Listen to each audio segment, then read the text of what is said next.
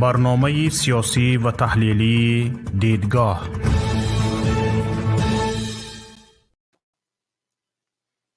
السلام علیکم و رحمت الله و برکاته. تماشاگران عزیز و گرامی ما، از خداوند کریم منان امیدوارم که یکی شما صحت و سلامت هستید، بردم و با قوت هستید و عین حال آواره به کار بار خود هستید و زندگی خود را پیش میبرید. امروز چنانه که میبینید یک کمتر در سیمای ما خوشنودی دیده میشود، چون که از نتیجه هایی که مردم بدخشان به دست آوردن نهایت خرسند شدیم و هرچند یک کم نگرانی هست و پیروزی که مردم بدخشان به دست آوردن واقعا یک پیروزی بزرگ در یک چند ساله آخر برای مردم تاجیکستان بود. واقعا پیروزی بود، هرچند از پی این پیروزی نگرانی های هم وجود دارد.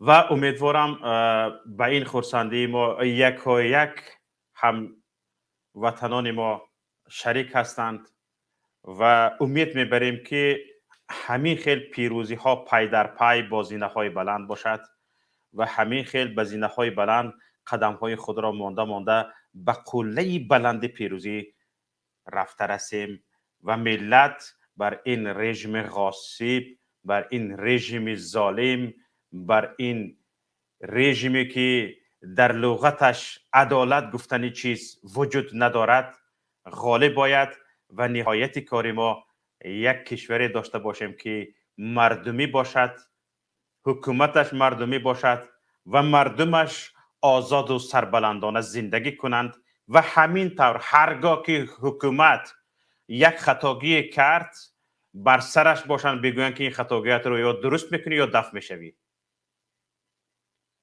و حکومتی که دلش دفع شدن نمیخواهد، حکومتی که از دفع شدن هراس دارد، دفع که شد باید به این نابکاری هایش جواب بگوید، به این ظلم هایش باید جواب گوید، به این قاتلی هایش باید جواب گوید.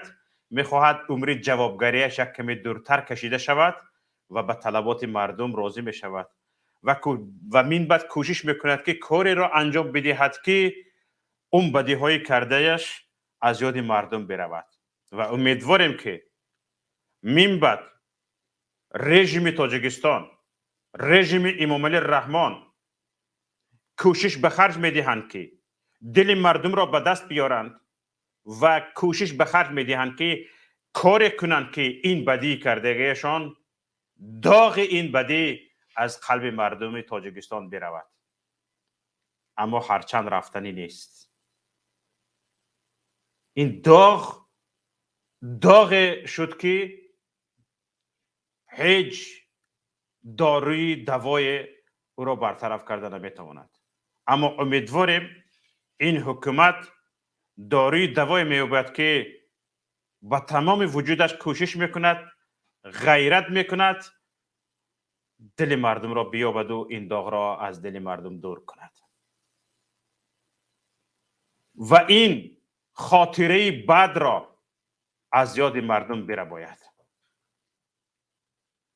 برای همین تماشابینان عزیز، امروز برنامه ما همین است، یعنی پیروزی مردمی در بدخشان. مردم در بدخشان به پیروزی رسید. پیش از همه پیروزی مبارکتان باد مردمی بدخشان و در سیمای شما. به هر یک تک تکی ملت این پیروزی را مبارکباد میگویم. حالا ببینید رژیم چنان متکبر است، رژیم چنان متکبر است، از بالای اسب فراید هم از اوزنگی پایش را نمیگیرد، پایش در اوزنگی می ایستد. چنان متکبر است، شکست را تن نمیگیرد. ببینید کبر و غرور انسان را به چی خطاکاری ها برده برساند؟ وقتی که تو خطایت را تن نگرفتی، وقتی که تو کمبودی هایت را اقرار نشدی، باز پای در پای به خطاگی ها دست میزنی، باز پای در پای به خطاگی ها دست میزنی و تو خودت را حقدار دست زدن به خطاگی ها میدانی و این سبب می شود که باز همین خطاگیت تکرار شود و علکی نوبس از این امیدواری های ما که حکومت تاجیکستان عقلش به جایش افتاد و نوبس از این امیدواری های ما که منبت حکومت پایش را به کورپایش نگاه کرده دراز میکند، اما پای را برای به کورپا نگاه کرده دراز کردن عقل لازم است، فراست لازم است که در این رژیم این چیز وجود ندارد. عقل و فراست، تمیز، گفتی پروفسور شاکرجان حکیموف، تمیز عقل فراست در این رژیم وجود ندارد.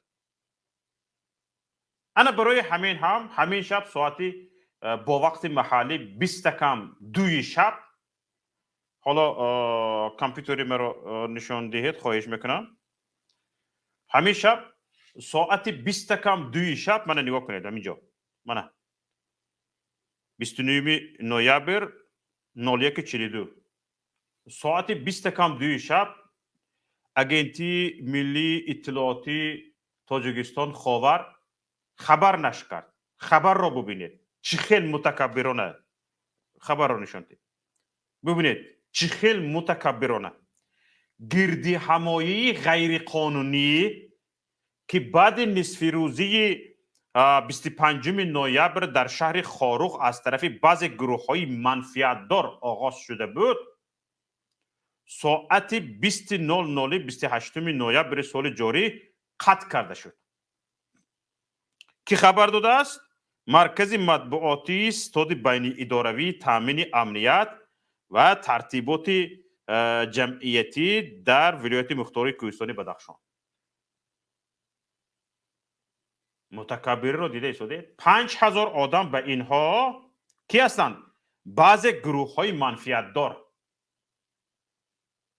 که 5000 آدم که جمع شدن در اینجا بعض گروه های منفعت دار دانسته شده هستند. وقتی که شما اینها را بعض گروه های منفعت دار میدونید، این 5000 اهالی را و اینها را جنایتکار میدونید، چرا شما به سر میز مذاکره نشستید و به طلبات های آنها راضی شدید؟ چرا؟ برای آن که شما خطاکار بودید، شما جنایتکار بودید خودتان و هیچ دلیل برای پاکیزه بودن خودتان نیافتید و به طلبات های مردم راضی شدید. شما فکر میکنید به خاطر آرامی و آسایشتگی کشور به استوپکه رفتید. اگر به این باور می بودید که از بالای مردمی بدخشان غلبه میکنید، میتوانید مردمی بدخشان را خیلی که روزهای اول سویش تیر شدید که امید داشتید از تیر انداخته اتان 1 نفر 2 نفر را بکشید، همه گریخته میرود، دیگه همه جا آبی زدگی می شود. این کار شما راه نرفت، این ترساندن شما به کار نآمد و باز 2 روز دیگر مردم تظاهرات را دوام دادند. اگر در همان یکم روز شما می توانستید مردم را به قتل کردن، به کشتن پراکنده کنید، پراکنده میکردید، دیگر گپ هیچ کس را گوش نمیکردید، به یگان استوپکه نمی رفتید. دیدید که شکست خوردید، دیدید که به این ترساندن ها نمی شود. مردم هیچ جای ترس ندارد، از ترسیدن گذشته است، چیزی دیگر از دست میدادگی ندارد. همه آزادی، حقوق، همه را از دست گرفته شده اید. برای یک تاجیک برابر شده است چی در خانه‌اش باشد چی در زندان باشد. در خانه‌اش باشد غم غصه خوردن و آشامیدن و چند چیز دیگر هست. در زندان باشد شما خورنده میپوشونیدش. اگر انسان اینقدر به انصاف باشد، بی فکر باشد، بی اندیشه باشد و فقط تنها خودش را فکر کند، در تاجیکستان بهترین جای زندان است. اما مادر را فکر میکنی، پدر را فکر میکنی، اهل عیال را فکر میکنی، خیش تبار را فکر میکنی که باید در آزادی باشی، اقلا در زندان بزرگ باشی که شرایطی یک سوم پول کار کرده آورده اهل عیال را خوراندن پوشاندن باشد. فقط همین قدر چیز در زندان وجود ندارد. خلاص زندان همه حقوق محدود است، در زندان محدود است، در اینجا هم همین قدر، یک کمی بیش فرق دارد. تمام تاجیکستان زندان بزرگ، زندان کلان. وقتی که چنین است، همه حقوق آزادی ها گرفته شدگی است، هیچ چیزی از دست میدادگی ندارد مردم. در همین حال میخواهید به مردم زوری کنید و زوریتان را نشون دهید؟ نه. دیدید که نشد؟ به میز مذاکره نشستید. 3 روز رئیس ولایت مختار کوهستانی بدخشان 3 روز تظاهرات شد، به نزد مردم نبرآمد. وقتی که برآمد به کله کلهش خورد. چرا؟ برای اینکه 3 روز 5000 آدم پسند نکرد. 5000 آدم را پسند نکرد. 3 روزی دوام دار به 5000 آدم احترام قائل نشد. چی؟ او را به گل و گلدسته پیشواز میگرفتند؟ نه. حالا هم طاقت کرده مردم با امیدواری صبر کرده، تحمل کرده، تا آخر گپزنیش او را گوش کردند که چی میگفته باشد.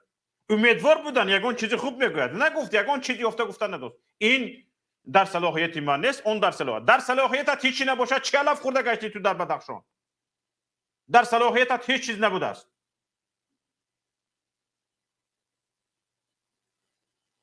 رئیس شده چی میشوی؟ رئیس ولایت شده. این در صلاحیت من نیست، اون در صلاحیت من نیست. همین خیلی گفتی، دیگر مردم فهمید که تو هیچ کاره بوده ای. بیهوده مردم به نزد حکومت آمده 3 روز پایده ایستاده است که رئیس چی میگفته باشد. رئیس برای گوید که این کارها که شما طلب کرده ایستاده در صلاحیت من نیست. چی میگوید بعد؟ و تو گل و گلدسته پیشنهاد کنه؟ از این بیشتر باید کله کله‌ات میخوردی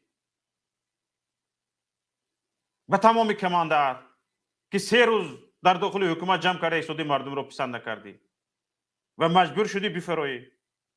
دیدی آخر شما تا مجبور نشوین هیچ کار نمیکردین. مجبور شدین از قتل مردم دست کشیدین، دیگه تن دادین که مردم تظاهرات کنند. تا مجبور نشدین 3 روز ایستادین، نبرآمدین به نزد مردم. مجبور شدین به مذاکره نشستین.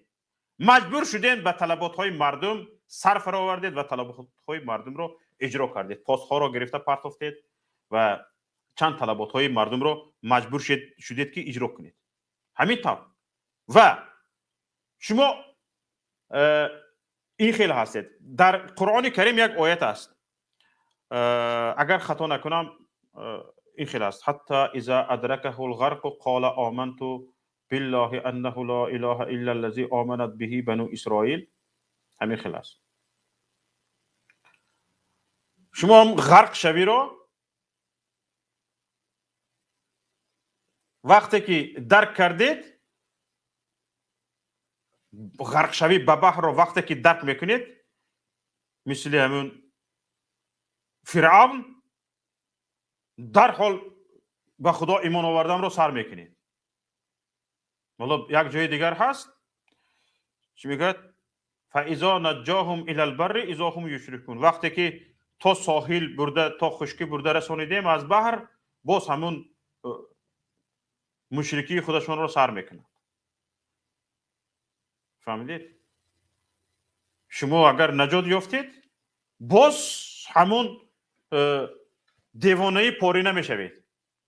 در حال وقتی که پراکنده شوی مردم رو دیدید خرسند، باز مردم رو گروهی چی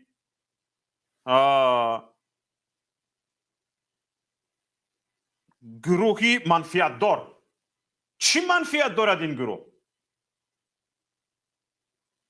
حقوق طلب کردن، آزادی طلب کردن، مرو قتل نکنید گفتن، این تنگ توپ و تفنگتان رو از اینجا بردارید، اینجا جنگ نشده ایستاده است گفتن، این مگر منفیت دار بودن است؟ حالا ببینید شب در برنامه ما یک برادر بدخشانی خیلی سخنهای خوب گفت که سالهای سال، عصرهای عصر را یگان قدرت ها در تاریخ غصب نکردند و ما از غصب های تاریخی امین مانده ایم. حالا ببینید در تاریخ از غصب مغول چنگیز خان امین ماندن، از اسکندر امین ماندن، از همه خونخورها امین ماندن. اینها میروند در عصر 21 میروند میخوان این مردم رو غصب کنن. گفتی رئیس پیمان ملی تاجیکستان محیدین کبیری اکوپاسیون کنن. شرم هم چیزی نغزده. مردمی رو که عصرهای عصر در تاریخ چقدر همین غاصبان تاریخی نتوانستن غصب کنن، شما میروید غصب کنید. شرم‌آور نیست مگر؟ بسیار شرم‌آور است. حالا گپ رو ببینید، گروه های منفیت دار پراکنده کرده شدند. ساعت 8 شب پراکنده کرده شدند گروه های منفیت دار. 5000 اهالی بدخشان گروه های منفیت دار بودند. دیدید متکبریتون چخیل خطاگی رو نمیپذیرید. وقتی که شما پیش مردمی بدخشان سرخم کردید، طلبات‌هایشان رو به اجرا کردن وعده دادید، بعد از برآمده رفتنشان آنها گروهی منفیت دار شدند. اگر آنها گروهی منفیت دار باشند چرا شما سر فرآوردید و چرا شما راضی شدید که گفته های آنها را اجرا میکنید؟ گفته های گروهی منفیت دار را اجرا کردن چی از خودش؟ گروهی جنایتکار را. حالا شما از گروهی جنایتکار گفتن هراسیدید. چند روز بعد جنایتکار گفته ایستاده بودید، جنایتکار گوید، باز مردم میخست میرفت، شاختان را میشکست، پایتان را از ازنگوی اسب میفراورد به زمین، خودتان را در زمین احساس میکردید. بعد میفهمیدید که گپ در کجا، مستید یا هوشیارید.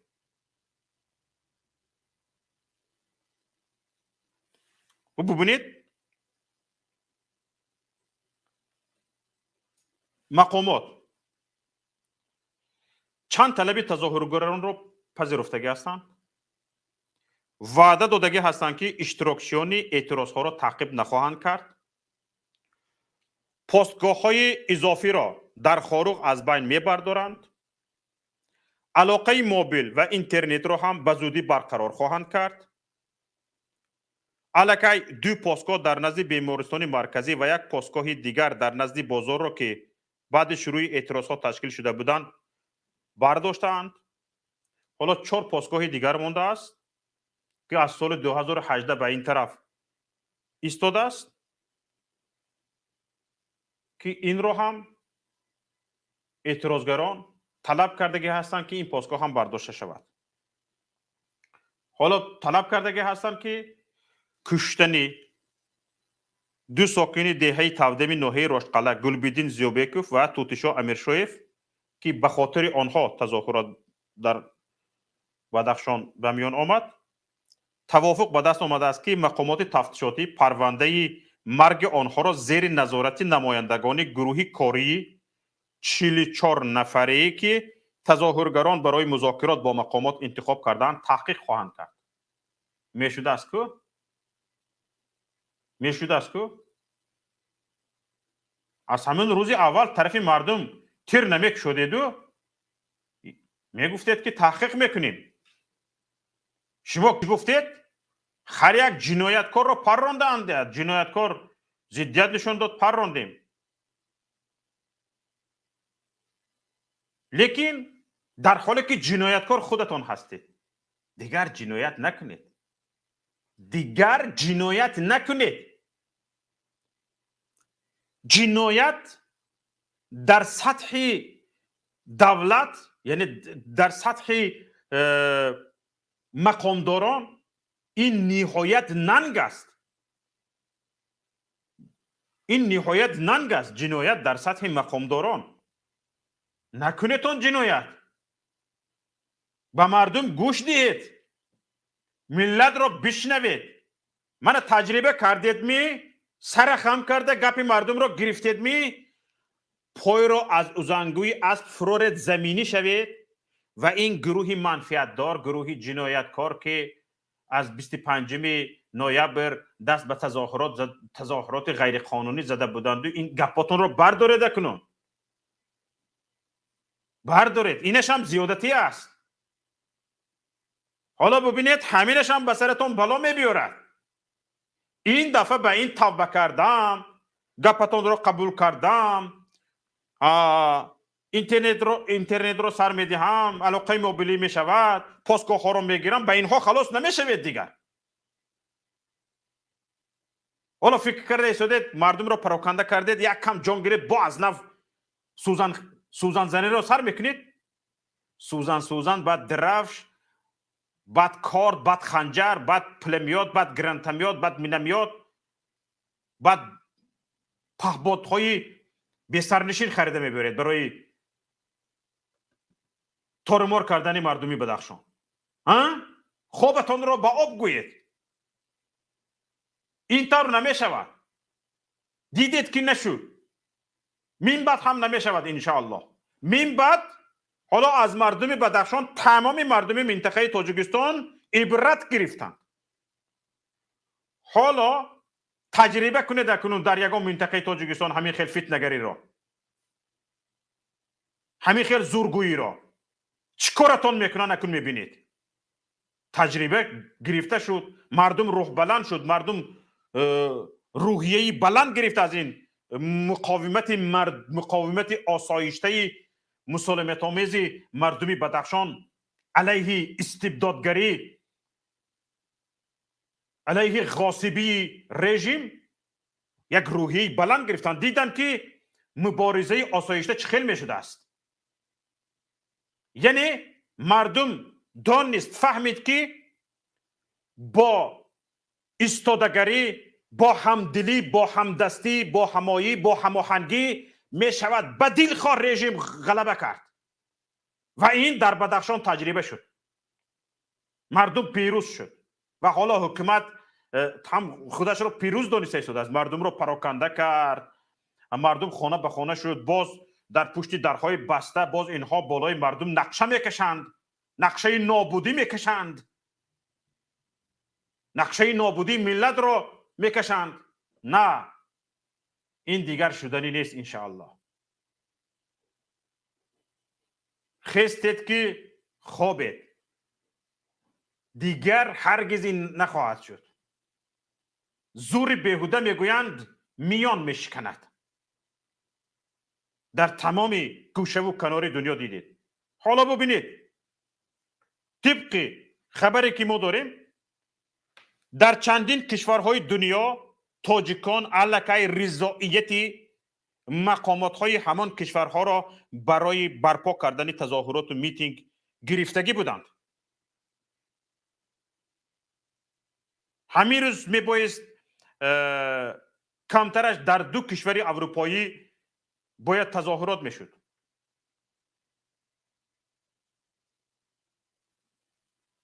ва иҷозаашро то он ҷое ки ман хабар дорам гирифта буданд.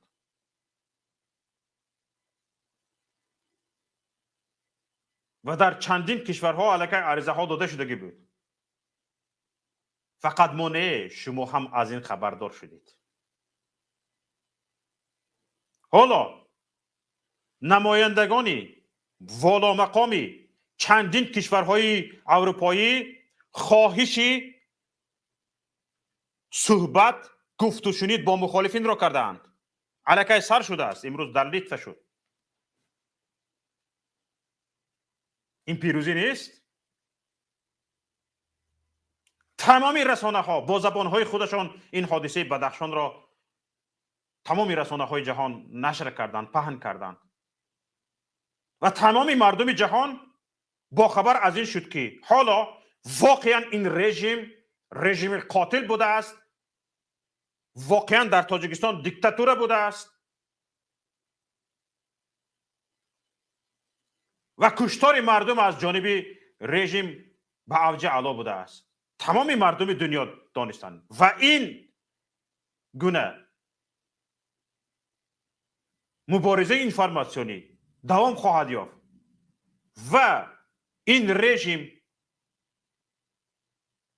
توسط وسایط اخبار عمومی جهانی بین المللی شناسایی خواهد شد به تمام جهانیان.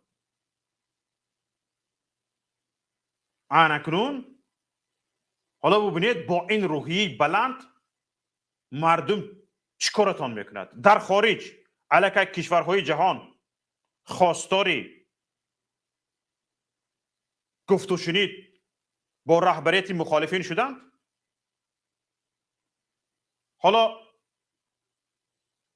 خودی مردمی بدخشان و تمام آنه که خودش را احترام میکنند، یک فکر دارد، اندیشه دارد، چی در تاجیکستان زندگی کرده است، چی در خارج زندگی کرده است، علاقه فهمیده است که شما کی هستید. تا این وقت میتوانید در دانشگاه باور کنید دانشجو را به گوشش واتینگ کنید. تمام گذشت رفت. حالا تماشابینان عزیز، راستا بعد 3 دقیقه در رادیوی پیام برنامه هفته‌ای ترازوی عمل شروع می شود. راستا بعد از 3 دقیقه و پخش آنلاینی آن را ما تصمیم گرفتیم که در همین وقتش، در همین رفت برنامه پخش کنیم و وقتی که برنامه ترازوی عمل همگی 30 دقیقه دوام میکند، همینجا بسیار موضوع مهم است، یعنی دفاع از ناموس است موضوع. هرچند اینجا از بدخشان نام گرفته نمی شود یا از یگان کسی دیگر نام گرفته نمی شود، از حکومت و مقامات و رژیم نام گرفته نمی شود، خیلی نزدیک به موضوع امروزه ما است. انشالله امیدوار هستیم که خیلی بهره‌مند میشوید. تقریبا همگی 2 دقیقه دیگر مونده است که این برنامه پخش شود. همینجا پخش می شود، در همین رفت برنامه ما پخش می شود، چون که وقت خودش است و این برنامه هر هفته روز دوشنبه ساعت 16 به وقت مسکو پخش می شد در رادیوی پیام، در تلویزیون ماهواره‌ای پیام تیوی پخش می شد و امروز به خاطر آنکه بعضی برنامه ها ما با پیمان ملی تاجیکستان هماهنگی کرده بودیم و بعضی برنامه ها وجود داشت، برای همین تقریبا 1 ساعت به عقب افتاده است. برای همین تماشابینان عزیز از یکایک شما خواهش میکنم که این برنامه را با دقت گوش کنید. برنامه ما هرچند رادیویی هست، خیلی برنامه مفید است. هر هفته روز دوشنبه برنامه ترازوی عمل در همین کانال یوتیوبی پیام تیوی، در رادیوی پیام، در تلویزیون ماهواره‌ای پیام تیوی صدا میدهد. با خواهر عزیز گرامی ما که مجریش مسلمه احمدی هستند این برنامه میگذارد. خواهر مسلمه احمدی ختم کرده دانشگاه ازهری مصر هستند و حالا دکترانت یکی از دانشگاه‌های ترکیه می باشند و خیلی نفری صاحب علم هستند و انشالله امیدوارم که از ایشان شما بهره خواهید گرفت. بفرمایید. قرض بانک و تجارت، درستی نظارت، طرز حلال شفا، همکاری وعده وفا، احکام هجرت، سفر، طبق شریعت نظر، این همه در برنامه ترازوی عمل.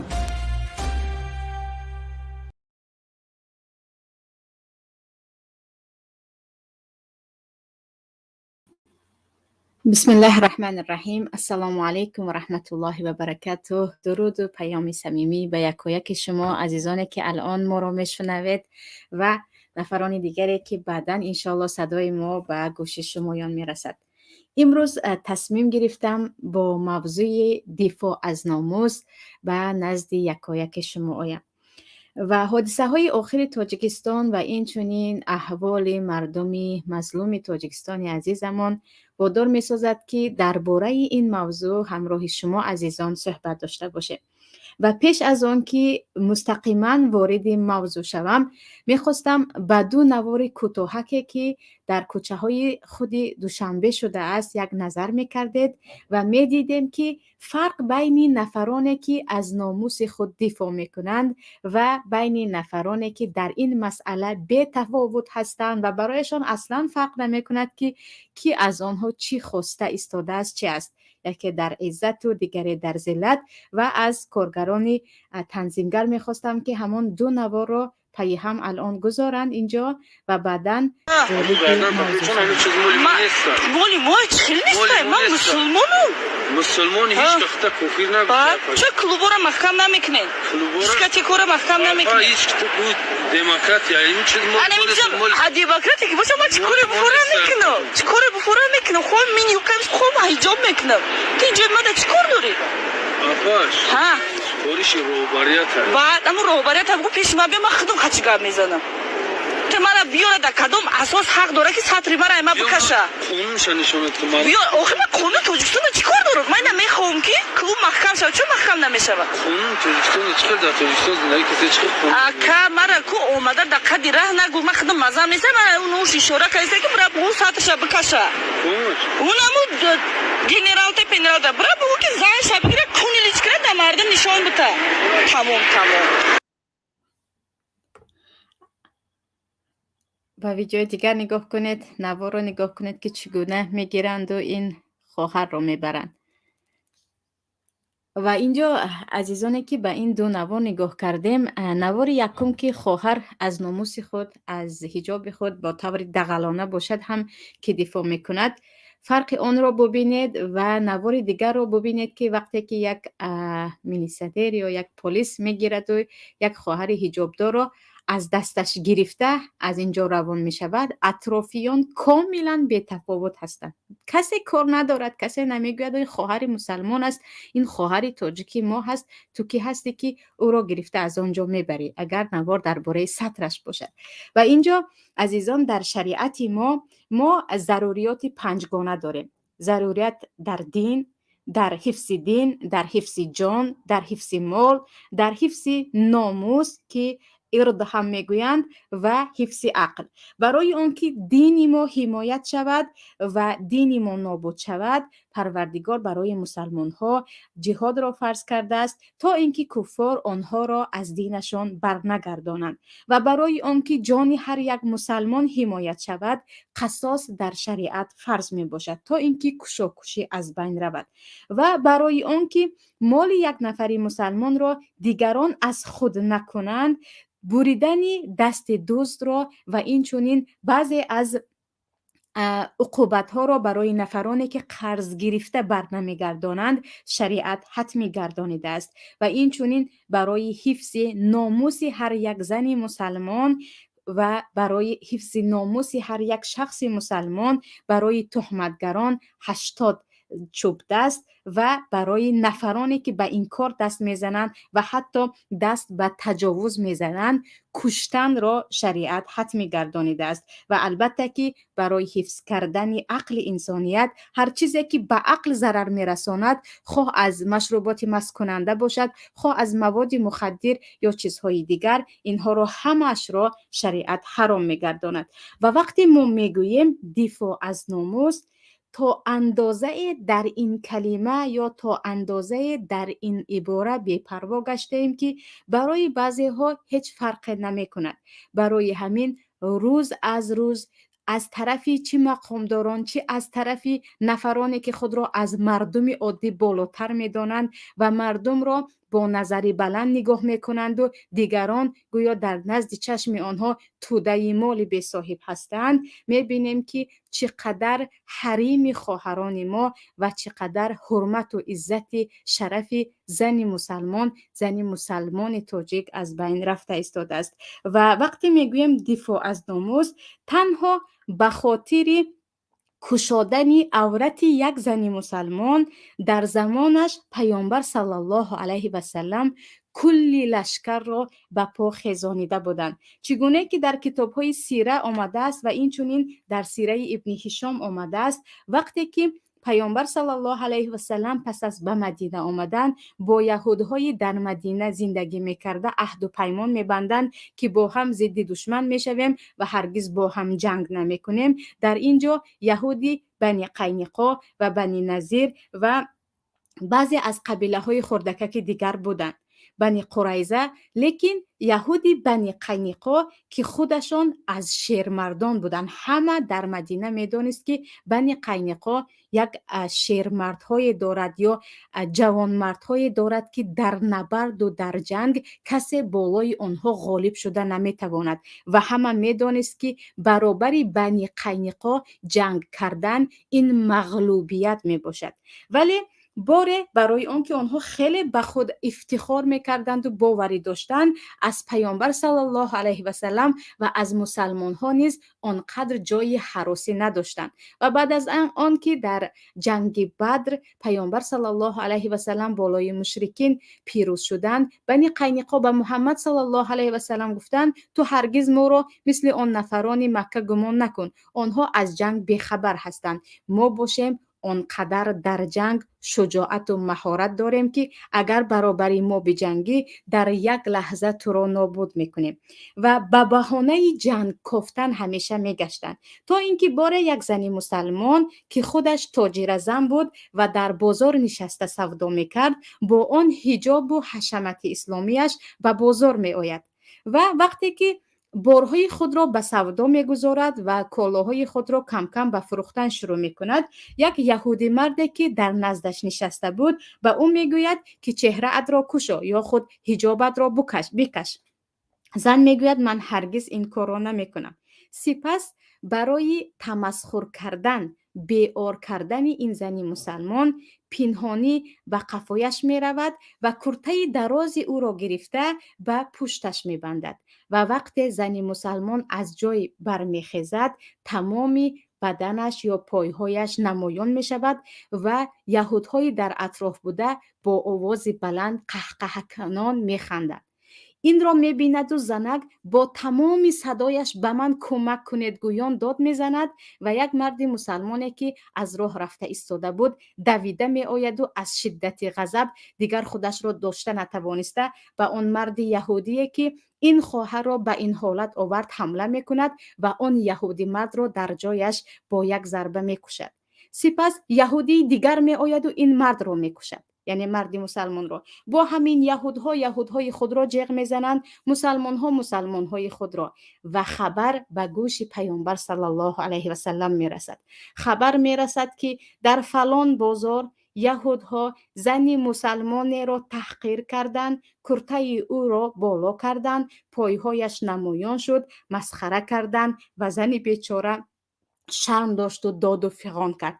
پیامبر همین که این خودی موضوع یا خبر را میشنوند تمام لشکر را جمع میکنند، چه از اوس و خزرج باشد، چه از مهاجرین و از خود انصار. میگویند دیگر زمانش رسید که ما بنی قینقا را نابود کنیم. چگونه اینها اگرچه با ما عهد و پیمان داشته باشد هم جسارت میکند که یک خواهر مسلمان را، یک حریم ما زن مسلمان را اینگونه تحقیرش کند، اینگونه پایهای او را در نزد مردم نمایان کند. با همین برای فقط یک چیزی که اینجا تجاوز به ناموس هم نبود، اینجا کشاله زن را گرفته در حبسخانه حجابش را هم نکشیده بودند، اینجا زن را به جای جیغ زده تهدید هم نکرده بودند که این را اگر نکنی آنت میکنیم، این را اگر کنی آنت میکنیم. فقط به خاطر همین که مسخرش کردند، پایهایش نمایان شد، پیامبر صلی الله علیه و سلم بر ضد بنی قینقا خودی لشکری بزرگشان را با سرداری حمزه ابن عبدالمطلب آوردند و گفتند اینک وقتی آن رسید که شمایان را ما نابود سازیم به خاطر ناموس شرفی همان خواهر مسلمان. و اگرچه بنی قینقا آنقدر به خود مهارت و جنگاوری خود همیشه میبالیدند و فخر میکردند، به دیدن این هیبت مسلمان ها، این جسارت و این غیرت و این همت مسلمان ها، ترس در قلبهایشان جای میگیرد و همه به قلعه های خود رفته رست میشوند. 15 روز پیامبر صلی الله علیه و سلم آنها را در محاصره قرار میدهند تا اینکه پس از 15 روز وقتی عبدالله ابن ابی ابن سلول خیلی آمده به پیامبر زاری میکند، کرته های پیامبر را قبیده سر نمیدهد که خواهش میکنم شما آنها را عفو کنید، دیگر پیامبر میگویند به شما 3 روز مدت است که از اینجا بروید و دیگر هرگز به مدینه نزدیکی نکنید، به خاطر شکستن عهد و پیمانتان، به خاطر رعایت نکردن حریم یک زن مسلمان.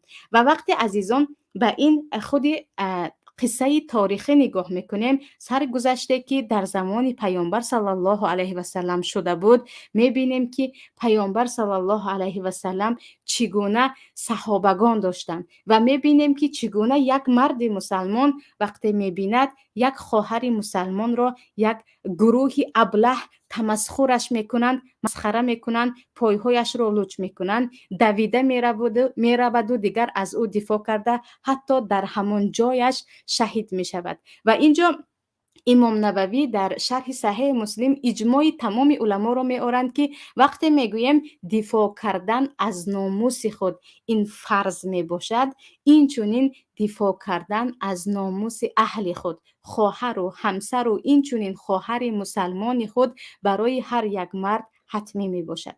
و وقتی یک مرد مسلمان می بیند که به خواهر او و یا اینکه به حتی خواهر دینی او، خواهر خونی خود نباشد، هم به او به حریمش تجاوز کرده ایستادن، یعنی او را میخواهند بیناموسش کنند، او را میخواهند شرمنده کنند، او را میخواهند عزتش را یا به عزت نفسش برسند یا کاری کنند که ناحرمتی بالای او شود، حتما باید دفاع کند، یا با دستش یا با زبانش، حداقل با قلبش، که حتی باز خدا خودش میداند که در قلب ها چی می شود. ولیکن دیده ایستاده ایم که در روز رفشن در بین مردم خواهر بیچاره تاجیک را فقط به خاطر آنکه در سر سطر دارد گرفته می روند و کسی به او چیزی نمی گوید.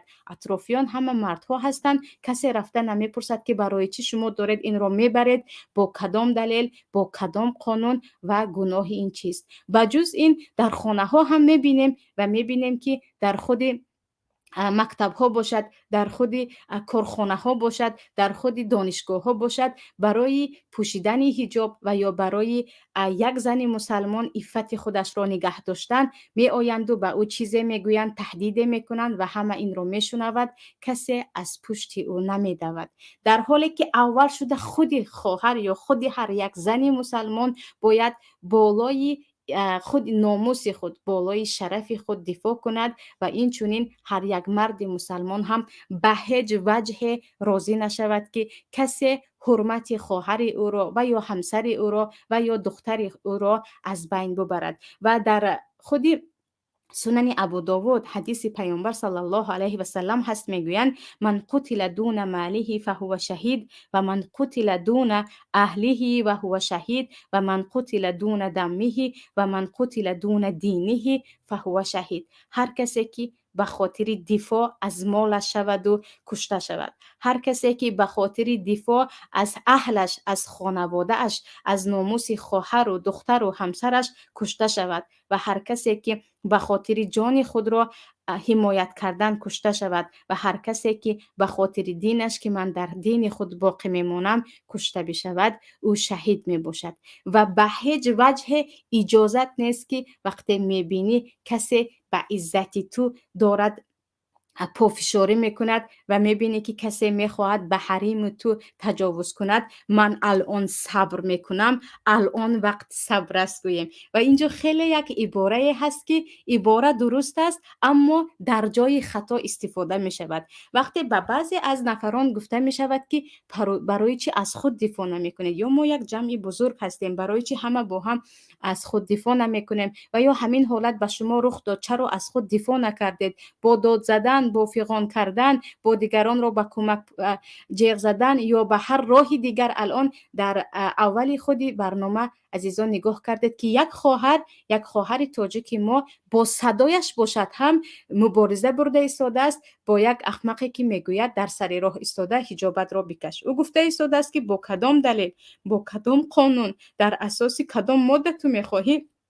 اثر من روسری من را گیری؟ اگر میگوی دموکراتی هست پس برو نفرانی که در آنجا از زانو بالا لباس پوشیدن و آنها نیز از این قانون‌هایت را پیاده کن. و وقتی به بعضی ها میگویم آخر میشود تا حد در این موضوع دفاع کرد و خیلی خواهرانی هستند و زیاد من صداهایشان را از بعضی برنامه ها میشنوم درباره تجاوز شدن در دانشگاه، درباره به آنها تهدید کردن در محل کار یا درباره چیزهای دیگر صحبت میکنند. وقتی میگوید چرا داد و فیغان نکردید، میگویند از طرف مقابل ترسیدم که شرمنده شوم، ترسیدم از آن که کسی با همین نامی مرا بد کند. ولی در همین حالت ایستادن و داد و فیغان و دفاع کردن این قهرمانی است. برعکس این ساکت بودن و گویا که صبر کردن این خودش بی‌ناموسی و ذلت میباشد. در ما اکراه هست و در شریعت هر کسی را مجبور به کار او را اجباری بردن و او هیچ گناهی نیست برای آنکه این در حالت اکراه شده است، چگونه ای که به عمار ابن یاسر این حالت رخ افتاده بود. ولی اکراه وقتی که دیگر هیچ چاره ندارد و خیلی ها هستند که با داد و فیغان زدن و با دیگران را به کمک صدا کردن و با هزار یک راه دیگر میتوانند از خود دفاع کنند، ولی میگویند نه من اینجا صبر کردم. بعضی میگن در حقیقت من صبر کرده ایستادم و بعضی ها حتی دلیل هم میارن، دلیل از سوره شورا میارن و میگوین اینجا در قرآن الله میگوید ولی من صبر و غفر این ذلک لمن عزم الامور، هر کسی که صبر کند و آنهایی که به او ظلم کردن او را ببخشد این از بزرگترین کارها می باشد، یعنی خیلی برای او پاداش بزرگ است. ولی این آیت در کجا آمده است؟ این آیت در سوره شورا آمده است و پیش از این آیت بوده، آیت های 40 و 31 و آیت های پیش از همین بوده درباره قصاص گرفتن صحبت میکند و میگوید و جزاء سیئة سیئة مثلها، وقتی کسی به شما بدی کرد شما هم به او بدی کنید. وقتی کسی شما را میخواهد نابود سازد، به عزت و شرف شما کسی میخواهد تجاوز کند، شما از خود دفاع کنید تا حد شما نیز مقابلیت نشان دهید.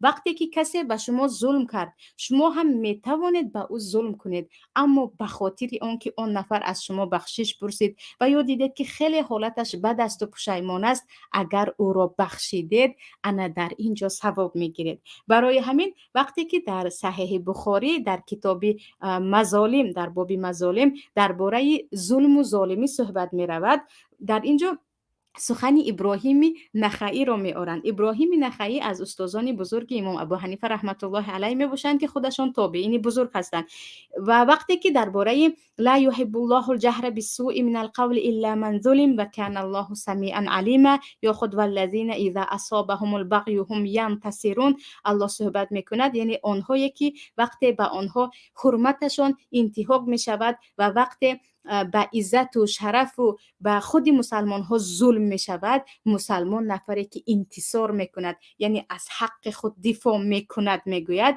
ابراهیم نخعی میگویند کانوا یکرهون ان یستذلوا فاذا قدروا عفوا. صحابگان پیامبر، تابعین پیامبر، اینها خیلی بد میدیدند که در نزد نفر خودشان را ذلیل نشان دهند، خوار و ذلیل و ناتوان و بیچاره که از دستش چیزی نمی آید. هرگز این کار را نمی کردند و هرگز اینجا وقتی یک نفر شرف آنها را، ناموس آنها را به آنها ظلم میکرد، آنها بالای حق خود دفاع میکردند، هرگز ذلت را قبول نمیکردند. برای آنکه وقتی یک نفر بالای ما ظلم کرد و ما به او ظلم کرده نمیتوانیم یا قصد خود را گرفته نمیتوانیم، اینجا من بخشیدم گفته نمیشود، اینجا من خوار و ذلیل و بیچاره و ناتوانم گویان در اینجا باید به تن گیریم و دعا کنیم که پروردگار از ذلت همه را نگه دارد. ولیکن فاذا قدر و عفو، وقتی که قادر بودند که کسی که ظلم کرد به او ظلم کنند، کسی به آنها بدی کرد بدی کنند، انا در اینجا عفو میکردند. این بزرگی هست که انسان میتواند از کسی انتقام گیرد ولی او را میبخشد. اما وقتی از خود دفاع نکرده کوشش کنید دفاع کرده میتوانید، هزار و یک راه را پیدا کرده میتوانید. بالاترین راهش اتحاد است، دانستن عزت دیگران مثل عزت خود است. این رو میماند و من صبر میکنم. در این حالت ها باید صبر کرد، باید بردبار شد و باید خود را در این حالت ها به دست گیریم. گفتن این بجز ذلت چیزی دیگری نیست. برای همین الله میگوید لا یحب الله الجهر بالسوء من القول الا من ظلم و کان الله سمیعا علیما.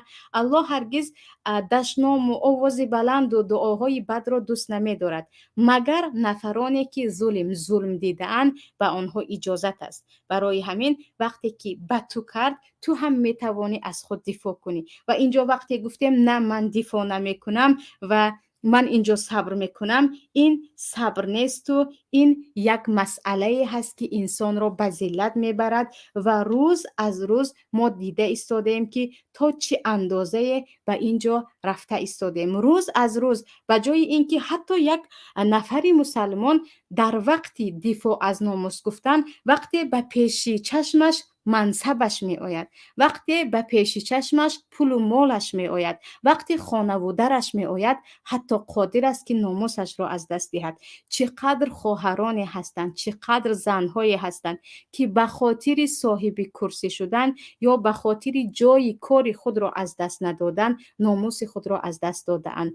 به شرط و شروط یکچند عده خبائثی که دیگر برای آنها هیچ وجدانی نمانده است. آنها نه حس پدری دارن، نه حس برادری دارن، نه حس پسری دارن و بعضن همچون یک مال نگاه میکنند که هر لحظه میتوانند چی طوری که خواستند آن را استفاده کنند، با آنها راضی میشوند و میگویند مهم این است که من در جای کارم باشم، مهم این است که من همون دو تنگه معاش بی برکتم رو گیرم. و برعکس این خیلی زیاد هستن. وقتی ما میگویم دفاع از ناموس، اینجا فقط ناموس همون ناموس معمولی که ما میگوییم نیست. دفاع از ناموس دفاع از عزت نفس هم می شود.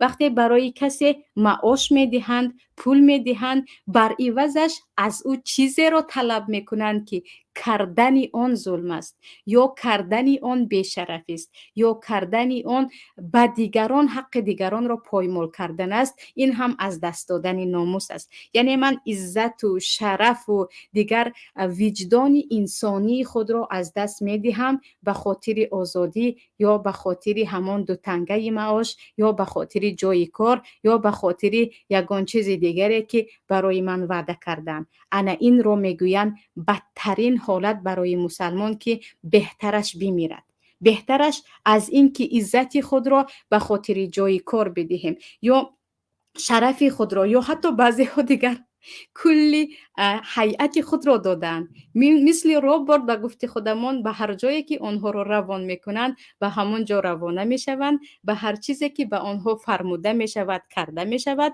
و حتی گروه هستند که حاضر هستند از بحری همه چیز برایند فقط به خاطر همان کرسی که در دست دارند. ولی خیلی که گفتیم این نهایتی ذلت است و خار و شرمندگی است که از این هم پایانتر نمی شود.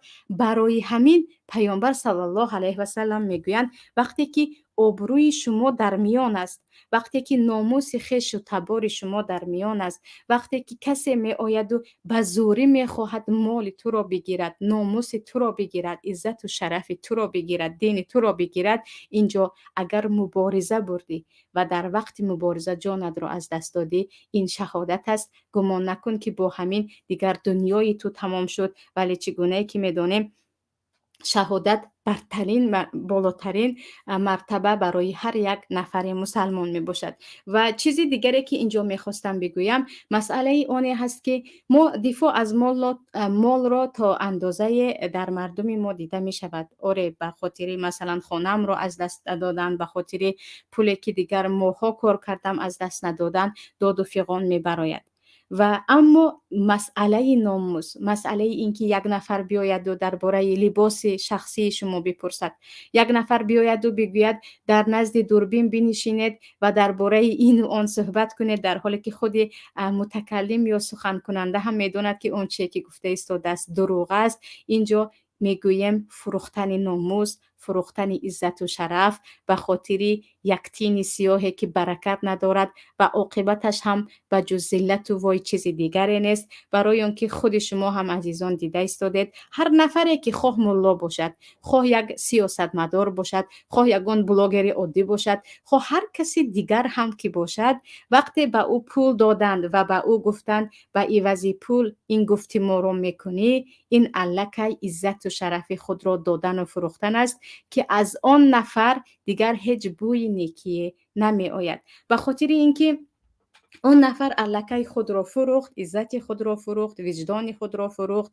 اون نفر دیگر افکار خود را هم میتواند بفروشد و او را حتی گفتن میتوانند که در این باره فکرت را دیگر کن و فکر دیگر کردت را بگو.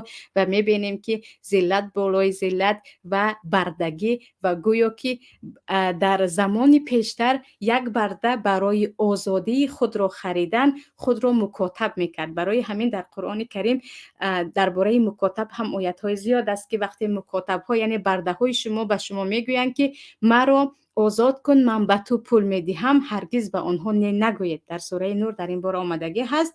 ولی الان عکسش را نگاه کنید. اگر برده های پیشتره و یا کنیز های پیشتره از ارباب های خود تمنا میکردند که مرا به شما من چقدر که خواستید و اتفاق کردیم پول آورده میدهم، اما مرا آزاد کنید، من یک انسانی آزاد باشم، در فکرم، در کارم، در زندگیم من میخواهم در اینجا تماما آزاد باشم. اونها میرفتند و کار میکردند. الان باشد یک انسانی آزاد به خاطر یک کرسی یا به خاطر دو تنگه سیاه می آید و میگوید شما به من پول دهید، من دیگر برده شمایم یا کنیز شمایم، هرچی شما گفتید چشم، و عزت و شرف و هرچی که هست آن را می فروشد. و این بود عزیزان برنامه امروزه ما درباره دفاع از ناموس، با امید آن که این مسئله را خیلی خیلی جدی نگاه کنیم و بدانید که حیات کوتاه‌تر از آن است و قسمت و زندگی به دست الله است. کسی ما را خوار و ذلیل کرده نمیتواند به جز پروردگار. همیشه باید دفاع از ناموس خود در ما باشد. همیشه باید برابر هر یک نامرد، حتی که جان به خودی نوک سوزن آمده باشد، هم ما دفاع کنیم. شمایان را به الله می سپارم. الان باشد برنامه دیدگاه با همکاران ما دوام می دهد با امید آن که در برنامه های پیام با ما هستید و این چنین دستگیری شما همیشه با ما هست. شمایان را به الله می سپارم. السلام علیکم و رحمت الله و برکاته. سلام و درود به بینندگان شبکه ماهواره پیام تیوی. با درخواست زیاد شما بینندگان در این نوار برایتان آموزش می دهیم که چگونه باید به شبکه ماهواره‌ای ما پیوست شد. برای این خریدن موجگیری نو لازم نیست و تنها با پیوست کردن یک سرک موجگیری LMB یا همان گلافکه علاوگی می توانید این کار را انجام دهید. این موجگیری هاتبیارد است که بیشتر شما از آن استفاده می کنید. نگاه کنید. هاتبارد 13 درجه‌ای و این هم شبکه PMC منوتو. با همین موجگیر شما می توانید به ماهواره یوتلسات پیوست شوید. برای این یک دانه سرک موجگیری لازم داریم، یک دانه دست قیچی و یک دانه خمود. دست قیچی را با خمود روی سرک موجگیری هاتبارد می چسبانیم. سیم را با LMB یوتلسات پیوست و سپس تنظیم می کنیم.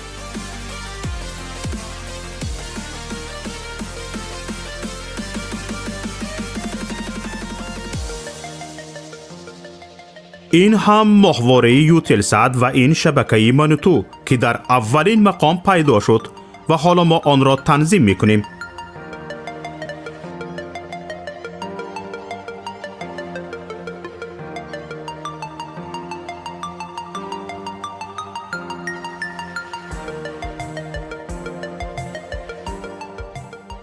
اینک ماهواره یوتلسات تنظیم شد و چنانه که میبینید فاصله بین هر دو سرک موجگیری خیلی کم است.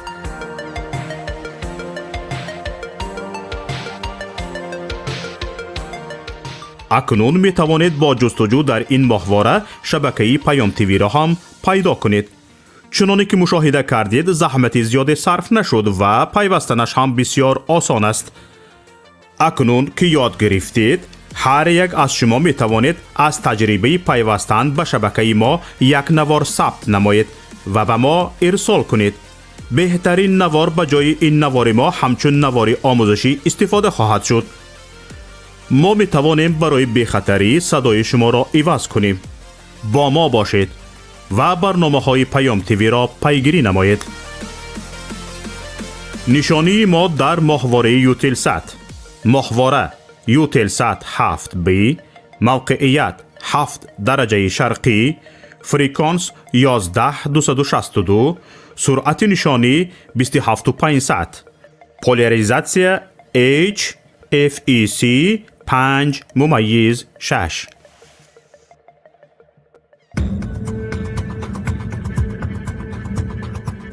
برنامه سیاسی و تحلیلی دیدگاه.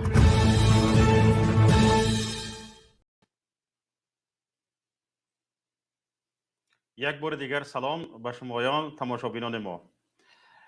حالا امیدوارم از برنامه رادیویی ما، از برنامه رادیویی پیام، برنامه ترازی عمل خیلی بهره‌مند شدید و اینک باز برمیگردیم به برنامه دیدگاه.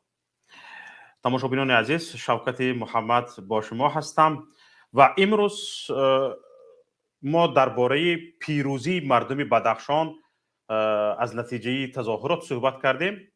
اما حالا ببینید در دوشنبه چی میگذرد. در دوشنبه زندانیان سیاسی در داخل زندان شکنجه میشوند و امکان دارد که حالا احتمال دارد که بعضی از آن نفران شاید فوتیده باشند، الله نشان ندهد. حالا زنده بودن یا نبودن بعضی از نفران تعیین نیست. به طور مثال حالا ببینید محمد علی حیید، معاون رئیس حزب نهضت اسلامی تاجیکستان که حالا به حبس ابد محکوم شده است، چند روز است که مرده بودنش هم تعیین نیست، زنده بودنش هم تعیین نیست. محمد علی حیید چرا؟ وقتی که همسرش سنه 25 نوامبر که باید در 6 ماه یک مرتبه نیم ساعت واخری میکرد، در 6 ماه یک مرتبه در زندان نیم ساعت باید واخری میکرد، اجازت نمیدهند، اجازت واخری نمیدهند. بعد سببهایش رو وقتی میپرسد میگویند که محمد علی حیید نظام زندان را ویران کرده است و برای همین برای واخوری اجازه داده نمی شود. هرچند خواهش کرده است савриниса ҷурабекова ҳамсари устод маҳмадалӣ ҳаид ҳарчанд хоҳиш кардааст ки аз дур бошад ҳам як бор шавҳарамро нишон бидиҳед, нишон надодаанд. ҳоло тахмин зада мешавад ки хеле сахт маҳмадалӣ ҳаид ҷиддӣ латтукуб шудагиаст ва асарҳои латтукуб дар сари рӯяш дар ҷисмаш вуҷуд дорад ва намехоҳанд бо ин аҳвол ҳамсарашро бубинад ва ин гап ба берун барояд.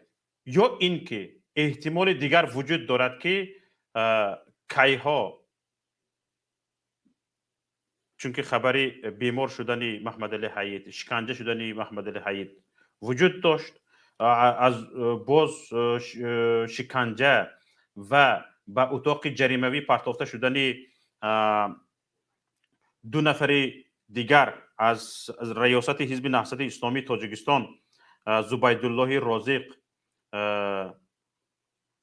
ва раҳматуллоҳи раҷаб расонаӣ шудагӣ буд ва ду рӯз пеш расонаӣ шуд ки хабар шуд ки ба мо хабар расид ки ҳоло ба ин ду нафар бо 6 нафари дигар ҳамроҳ шуданд. ҳоло то ба ҳамин рӯз мо 3 нафари дигарро наёфтем номашонро ки онҳо кӣ ҳастанд ки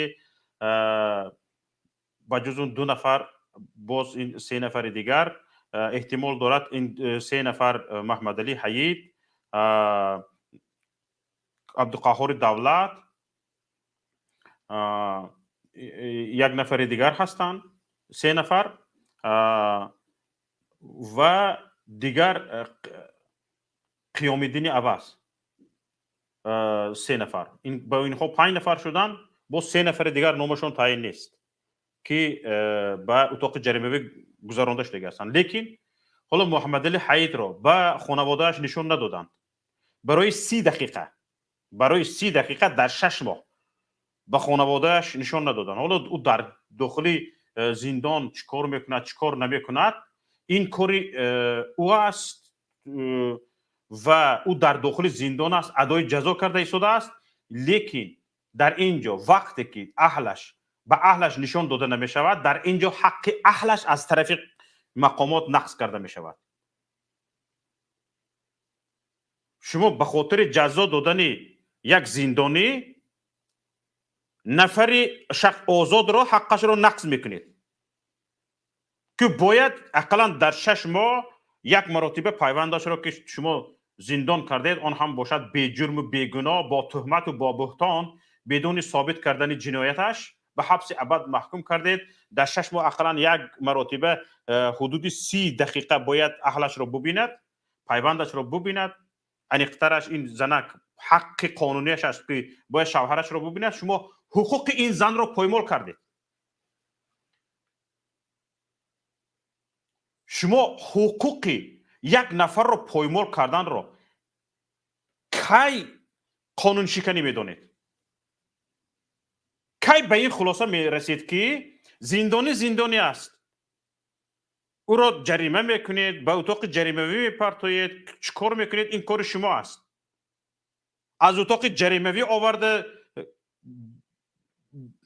дидорбинӣ кунонда ҳаққи нафари озодро медиҳед, ин кори шумо аст ва боз 30 дақиқаи дигар илова мекунед дар дохили зиндон. ин кори шумо аст. ё ба ин хотир як рӯзи дигар дар утоқи ҷаримавӣ мемонад.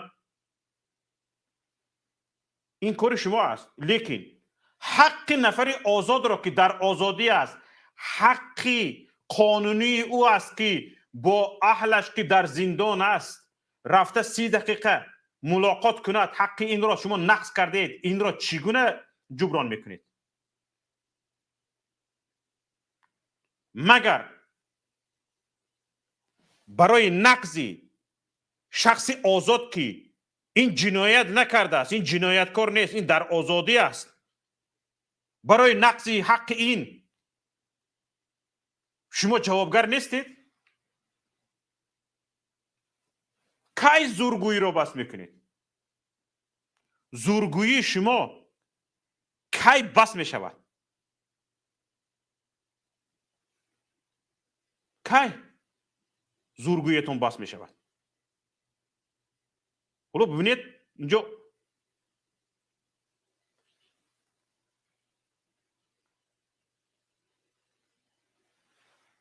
شاید به نظر میرسد که محمد علی حید در زندان فافتیده است. در زندان فافتیده است. فافتیدن محمد علی حید در زندان یک هیاهوی زیاد است، یک سر و صدای زیاد است، یک سر و صدای بلند است. انا برای همین تا اندازه بطن مردم برای شناندن و بعد این مسئله را برآوردن، یگان اول بیمارخانه بیمار شد میگویند، بعد به بیمارخانه پرتافته میگویند، بعد میگویند در بیمارخانه فوتید و سنت برآورده میدهند. شاید خدا نشان دهد، خدا نشان ندهد، شاید همین طور شده باشد و شاید به خاطر همین دقت مردم را به بدخشان بند کردند که چاره‌جویی کنند، فکر کنند، اندیشه کنند که چیکار کنند با این محمد علی حید. خدا نشان ندهد و زنده و سلامت باشند تا غالبی مردم بر ظلم و استبداد زنده و سلامت مانند و آزادی آنها به ملت لازم است. باز آنها به ملت خدمت خواهند کرد. اینها نخبگان ملت هستند. اما شاید به خاطر آن که یک فکر کنند، اندیشه کنند که این مسئله محمد علی حید را چی باید کنند، به فکرم قضیه بدخشان را ساختند و هوشیاری مردم را آنجا بردند. چون که این تصادف نیست. همان روز باید ساورینیسا جورابیکووا همسر محمد علی حید به دیداربینی محمد علی حید رود و همان روز در آنجا یک نفر را میکشند و دقت مردم را به آنجا بند میکنند.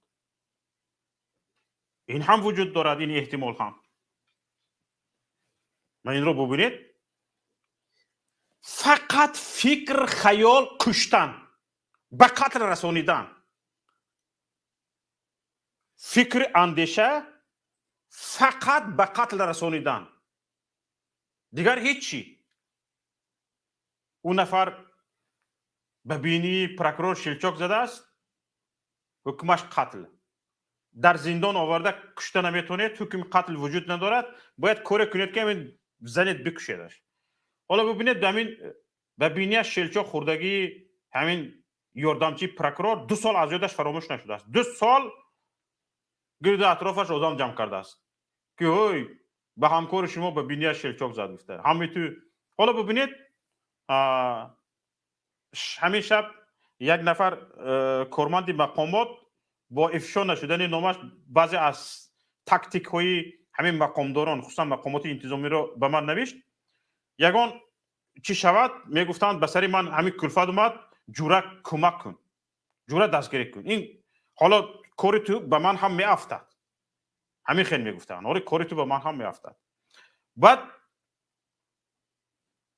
مبادا اگر نیستان کند، اسب عربه خودت را خودت بکش گوید، میگفت که خیر اسب عربه خودت را خودت بکش باشد، این احمقی های تو دلش در دست من است، این نابکاری های تو دلش در دست من است. من میگیرم اینها را پرونده میکنم، من میگیرم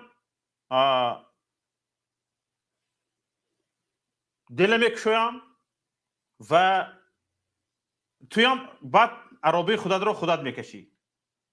بعد گروهی زودمال با پروکراتور هماهنگ میشده است، پروکراتور با سود هماهنگ میشده است.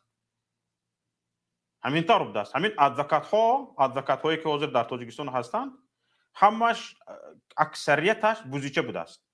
بین پروکراتور سود یا که بین مقامات نظارتی ترتیبات و سود، بین نظارت قانون و سود، بین این مبارزه با مواد نشع‌آور با سود، همین خیلی بین آنها یک بوزیچه میگشت از ادوکات. بینش این دوله معین میکرده است، بینش این دوله رفته با بالایش همراه کرده به گمانبر شده میگفته است، همین خیلی کرده میگشت است و اینها همین خیلی بین یکدیگر همین خیلی همدلی داشتند. همین ها را گروهی متشکل جنایی نگویی کی را میگویی؟ یعنی هم پدشکه کن جوره میگفته است، پدشکه کن جوره گفتنی گپش همین عیب مرا پوشوندن در کار یا که همین فلانی برده زده موندن در کار بیا همراه با من کار کن گفتن این گپش بوده است. مقامات پروکراتوره از این میبراید که اگر همین گپ درست باشد در تاجیکستان همین چیز وجود داشته باشد، حالا به شما سخن میدیم تماشابینان عزیز، می توانید همراه شوید به استودیو وارد شوید در این باره فکر اندیشه های خودتان را بگید. حالا اگر مقامات پروکراتوره همین عمل رو واقعا داشته باشد، وزارت کارهای داخلی داشته باشد، خدمات مبارزه با مواد نشع‌آور و خدمات مبارزه با کروپسیه اینها داشته باشند، سود داشته باشد، اگر اینها همشان در نوبت خودشان گروهی متشکل جنایی هستند و جنایت یکدیگرشان رو پنهان میکنند، خودشان جنایتکار هستند و در عموم همین رژیم به تمام وجود هستیش جنایتکار است. پس از مردم ملتی که شما این جنایت رو قریب هر روزه صادر میکردید، همین جنایت شما هر روزه صادر میشده است. اکنون شما از یک مرد بیچاره که از روسیه پول کار کرده رفته است، در عمرش جنایت چیست نمیداند، به جنایت دست نزده است، شاید یگان حقوق ویران کنی شده باشد، یگان راه را بریده گذاشته باشد، به سویتفور اهمیت نداده باشد، یگان حقوق ویران کنی شده باشد، اما جنایت چی نمیداند، او را شما چیکار میکنید؟ میبرید تحت جنایت را بالای کلش بار میکنید. گروه متشکل جنایی شما جنایت شناسان چخیل کرده بار کردن جنایت رو میدونید، به کلش بار میکنید، او را پشت پنجره زندان میکنید و فایده دارد پشت پنجره زندان کردن. از همین برده به سیزا زدن، سیزا را به 2 ماه تمدید میکنید، باز 2 ماه تمام شد، با 2 ماه دیگر تمدید میکنید، باز 2 ماه تمام شد، 2 ماه دیگر تمدید میکنید، 1 سال 1.5 سال میگذرد، حالا وای سود نشده است. چرا؟ به زندان فرستاده نشده است، سود نشده است، حلنامه سودی عیبدار کنی نبرآمده است، حکم نبرآمده است. چرا با آسانی حکم نبرآمده است؟ برای آنکه تا سود اینها تا آخرین داشته پیوندانش را میفروشانند، زده میگیرند، نمیگویند فرزندش را زنده یتیم کرده ایستادم، نمیگویند این اهل عیالش بیخانه و در میماند، از چقدر نفرها قرضدار میماند، فرق ندارد. رحم گفتگی چیز وجود ندارد، رحم گفتگی چیز وجود ندارد، جمع کرده میگیرند. اما میبینند که داشتن وای مردم، یک نفر رو داشتنش در سیزو داشتنش فایده ندارد، از او هیچی نمیروید، از او هیچی نمیروید. برای همین حتی 3 روز نمیدارند. همین در حال دیده ای که الکی پرونده به پروکراتور رفته است، پروکراتور به سود گذرانده است، سنجش شده است نشده است، پرونده سنجیده شده است نشده است، بازبینی شده است یا نشده است، یگان چیز وجود ندارد. الکی به طور اتوماتیکی به پروکراتور میرود، از پروکراتور به سود میرود، سود در حال قانون حکمش رو میبرد، الکی رفته پنجره زندان رو گزیده است. یک نفر بیچاره که پول ندارد با بسالیانی دراز همونجا پوسیده برود. ببینید در حال زود کسی که پول دادن نمیخواد و کسی که پول میدهد با بالای که متهم نشوند که عیبشان سیرشان فاش نشود که اینها پول گرفتگی هستند، بعد چند عیبدار کنی ها رو اول میبرند، بعد آنها رو حذف میکنند، با یک توی دیگر میمونند، اقلا هیچ نباشد، پول عالم رو دادگی باشد هم میگویند که خیر 3-4 سال یک چشم زده میکشویی که میگذارد، 3-4 سال میشند میبراید، خیر هیچ گپ نه، 1 سال شیشته میبراید، خیر هیچ گپ نه، همش ما شما با کمک کردیم، یاردم کردیم، همش نقض میشد، خیر همین 1 سال شیشته براید، تمام.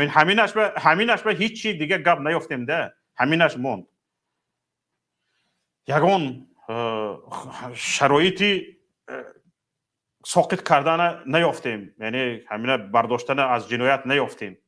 برای همین خیر 1 سال شیشته میبراید، ما همه مسئلهش دیده برآمدیم، همین جیت کرده میبراید در داخل ترمه. میگم چخیل جیت میکند میدونید؟ باز همون 1 سال میشیند، 2 سال میشیند، 3 سال میشیند، 4 سال میشیند. هر ماه باید پول بدهد، سبزی برد، کارتوشکا برد، پیاز برد.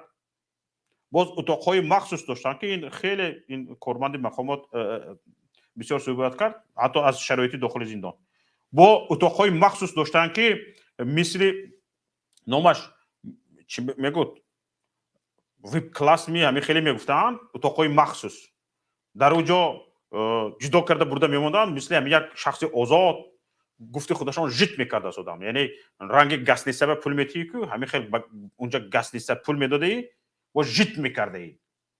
هر ماه اهل اویله $200 با از وای بلندترش $300 از وای بلندترش $400 $500 و بعضی همین با مواد مخدر افتادگی بیزنسمن های کلان، تاجرای کلان، این نرک بیزنس های کلان هیچ یگان غم نداشتن، میرفتن خون میرفتن با یک قسم پول دادگی اگر 1 سال 2 سال نشینی نمیشود میگفتند 1 سال 2 سال جیت میکرد است گویا.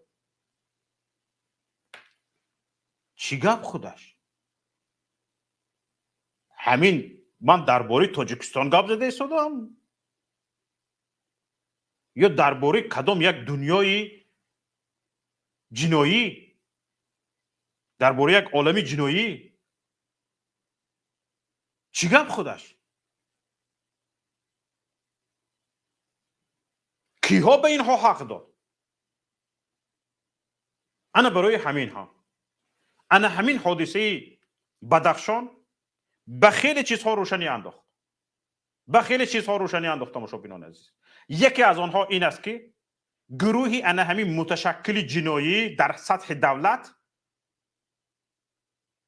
حالا هرچند اقرار نشدند که جنایت کردند، قاتلی کردند، نفران را بیگناه به قتل رسانیدند، حاضر درونشان پر از هراس شد، دیلشان به لرزه در آمده است. تا امام علی رحمان حالا پاچکش از لرزه نمونده است، دور زده خور رفته است. انشاءالله امیدواریم. چرا یگان کارتشان نگذشت؟ دوستان عزیز، هر کی خواهشی صحبت دارد میتواند به برنامه همراه شود، صحبت کند. حالا یک زنگ را از واتساپ قبول میکنیم و برنامه را ادامه میدیم.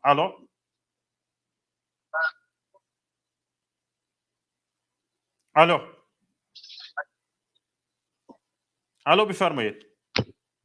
الو سلام علیکم. و علیکم السلام و رحمت الله و برکاته.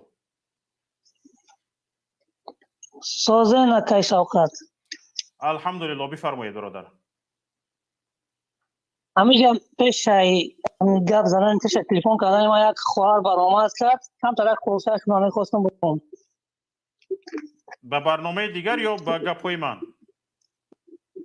عموما هم برنامه دیگر هم گپای شما. عموما خلاصه من که مردم توجیه. مالش بفرمایید بگید. همین خیل مردم توجیه شما باید قدر پیدا کنید تا که شما را حکومت واقعی تاجیکستان با سروری امام علی شریف رحمانوف آدم شمارد همچون انسان و همچون شهروند. یعنی که طلب کردن خودتون را یاد بگیرید. از جمله میخواهید نمازخوانی، ارشاد مرحمت، سطربندی مرحمت، جای کار و معاش مناسب که زندگیتان در ملک خودتان پیش رود، در وطن خودتان، برای یار و دوستان خود، نزد خویش تبار خود، با همراهی عائله خود. همین بس کنید شوهرپرستی را، در بدری و بیچارگی را، صبر تحمل نکنید دیگر خاکساری و فقیری را. یک باره خار و ذلیل شده است، ترسان و سرگردان شده اید، رفته اید، تماما به صاحب شده اید، چون که قدر خودتان نمیدانید. همین طلب کنید به واسطه بانر، به واسطه اینترنت برآمد کنید روی شد تا که شما را شنود. با خاموشی قدر پیدا نمیکنید. با خاموشی شما حکومت هیچ وقت قدر شما را نمیداند. نه برات من دغل میگم همیشه که به خدا نه برات همین مردم خونی خط دست رفته است. بس کنید خاموشی را. حقوق خودتان طلب کردن یاد بگیرید. نمیدونید چی خیل بخونید، نمیتونین خوندن نمی با واسطه نمی پیداشو شما کیساوکات و دیگر مخالفینی که بیچاره مهنت میکنند فکران شما در هزار رحمت شما فکران مهنت بکنید همین بپرسید همین آدم چه کردن در کار شرط نیست که شما جنگ جنجال کنید شرط نیست که شما مردم حقارت کنید پست بانر کنید پست بخیزین انسان باری طلب کنید که شما را بشنون همین خیلی طلب کنید که شما را بشنون برای طلب کردن خود شما هیچ شما را نمیکشد اگر کشتن تونم کو دنیا به صاحب نیست یک روز نه یک روز همه مردمی توجید قدر پیدا میکرده است خاموش نشینید این همینقدر گپ که زنده و سلامت باشید. واقعا به هر یک کلمه گفته همین برادر من موافق هستم. به هر یک کلمه گفتهشان وقتی آن رسیده است که حقوقمان رو نمیدونیم تنبلی نکنیم باید آموزیم. همین مهاجران به شما توصیه همین است. از حالا من همینجا سایت قانون‌های تاجیکستان رو به شما نشان میدهم. دریافت کنید. قانون‌ها رو به تلفنتون نصب کنید. با جای همون مسخره بازها رو تماشا کرده ایستادن مسخره بازها رو 40 سال تماشا کنید عاقبتش خرسندی نیست. با به دست همین ظالمان رفته میافتید باز از بینیتون خرسندی شدگیتون خندیدگیتون رو میگیرند. با جای چیزهای بیهوده فحش‌های تیک تاک شما قانون‌های تاجیکستان رو بیاموزید. حق حقوقتون رو بیاموزید. جایی که نمیفهمید اون رو چندین ده ها رقم‌های واتساپ و وایبر و تلگرام و ایمیل و دیگه و های فیسبوک مسنجرهای حقوق شناسان رو در خودتون پیدا کنید. در خودتون باید هر یک شهروند تاجیکستان از این به بعد رقمی ده ها حقوق شناس رو در خودش داشتگی باشد. اینش به زنگ زن بند باشد ویش زنگ زن به ویش زنگ زن بند باشد به دیگرش زنگ زن حقت را پرس حقوقت را پرس قانون را بپرس و چیگر آرام نیست. وقتی که حقوقت نقض می شود باید در حال تماس بگیر به حقوق شناسان به سازمان های دفاعی حقوق بشر مراجعت کن و در تو رقم های سازمان در تلفنت رقم سازمان های دفاعی حقوق بشر سازمان های بین المللی یک نه دو نه سه نه تا 10 تا سازمان های بین المللی در تلفنت باید وجود داشته باشد. هر یک مهاجر باید این کار را بکند. سازمان های دفاعی حقوق بشر که اینها یا چیکای مخالفین نیستند که شما را گناهکار کنند به خاطر داشتن رقمی سازمان های دفاعی حقوق بشر. سایت های قانون های تاجیکستان حالا من به شما نشان میدم.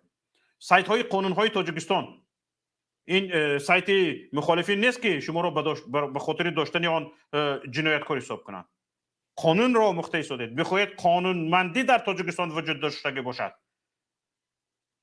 قانون محوری در تاجیکستان وجود داشته باشد. از این به بعد باید هر یک مهاجر تک مهاجر از 15 ساله از 14 ساله بالا به این کوشش کند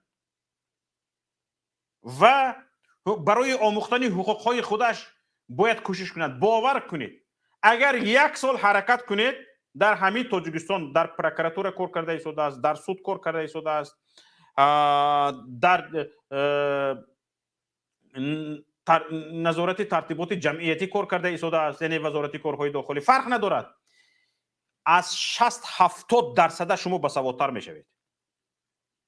از 60-70% بسوادتر میشوید.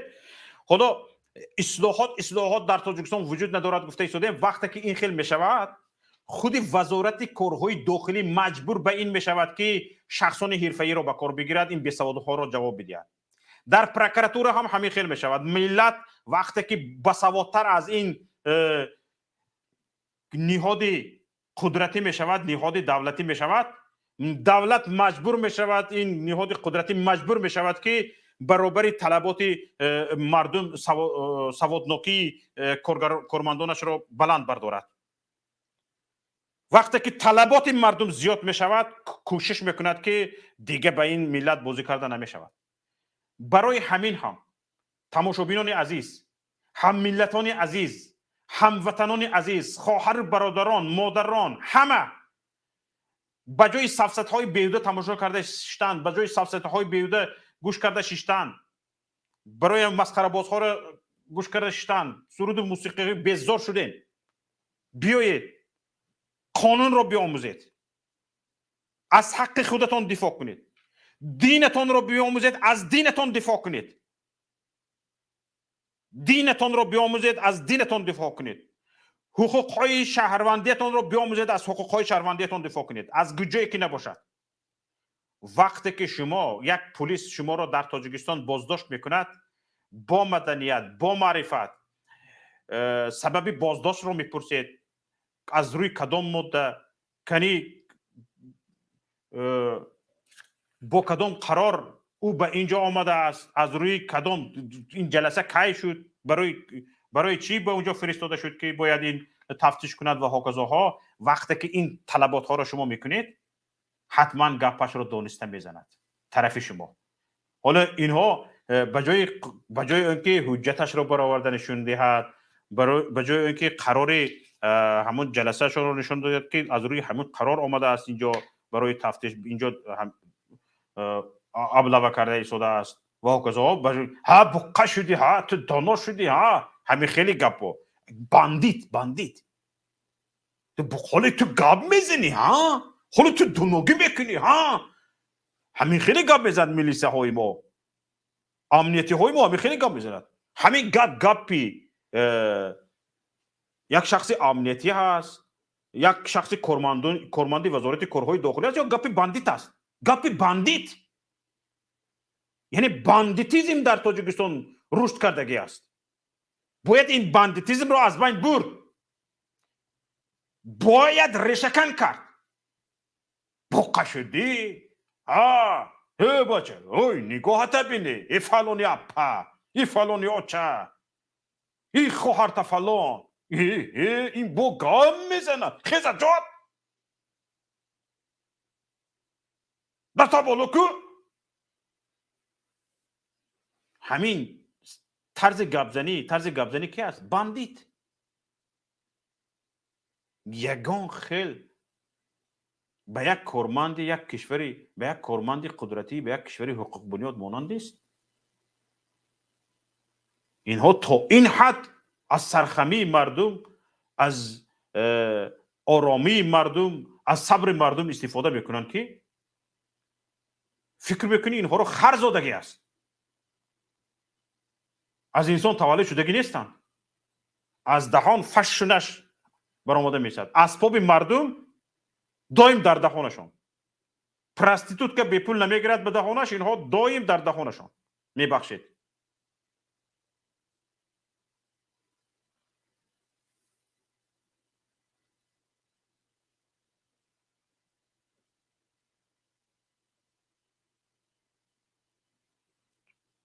бас будагист.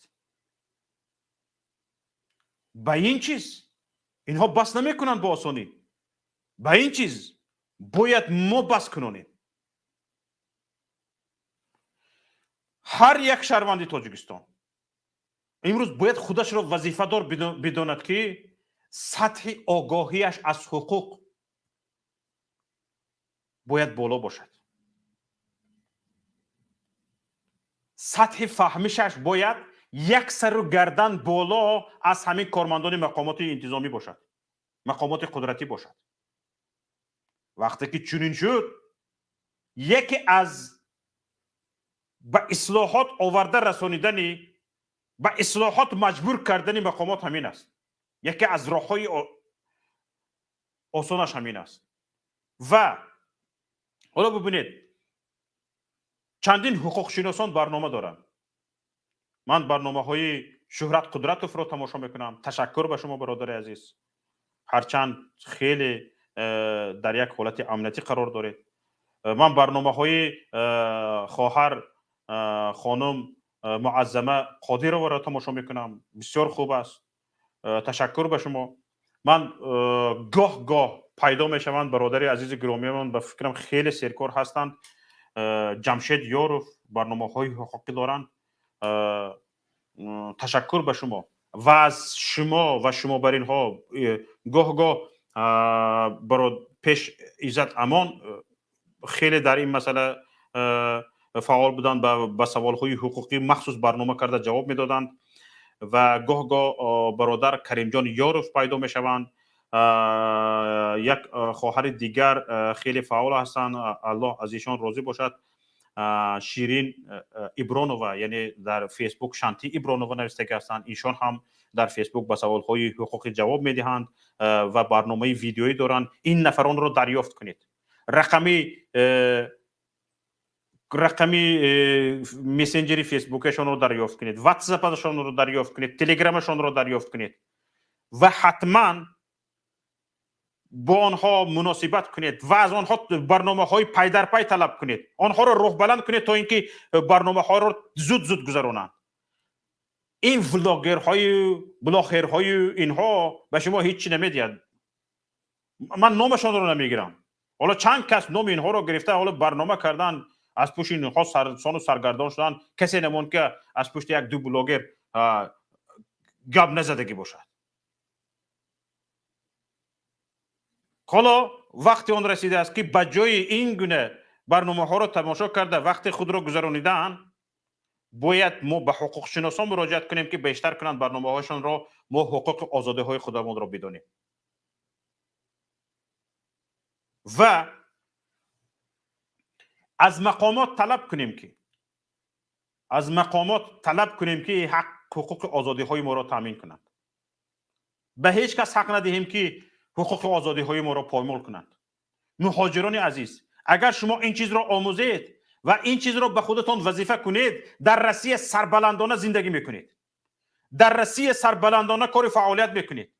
هیچ کس نمیتواند نه در کوچه، نه در خیابان، نه در جای کار حقوق شما را پایمال کند.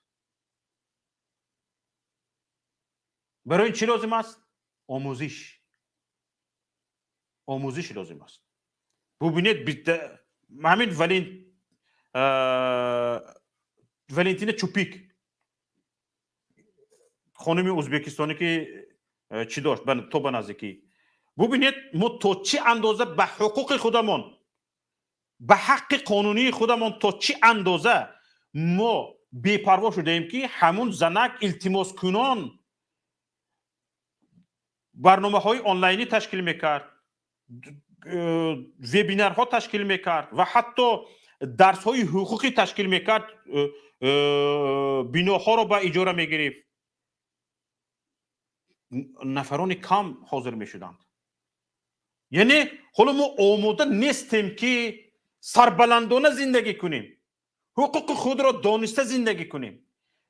وقتی که تو حقوقت را میدونی، حقت را میدونی، چی در ماشین نشسته ای گیی میدارد تو رو، چی در سری را پلیس میدارد تو رو، چی امنیتی میدارد، چی FSB میدارد، فرق ندارد. حقت را گفته میشنوی. این یک.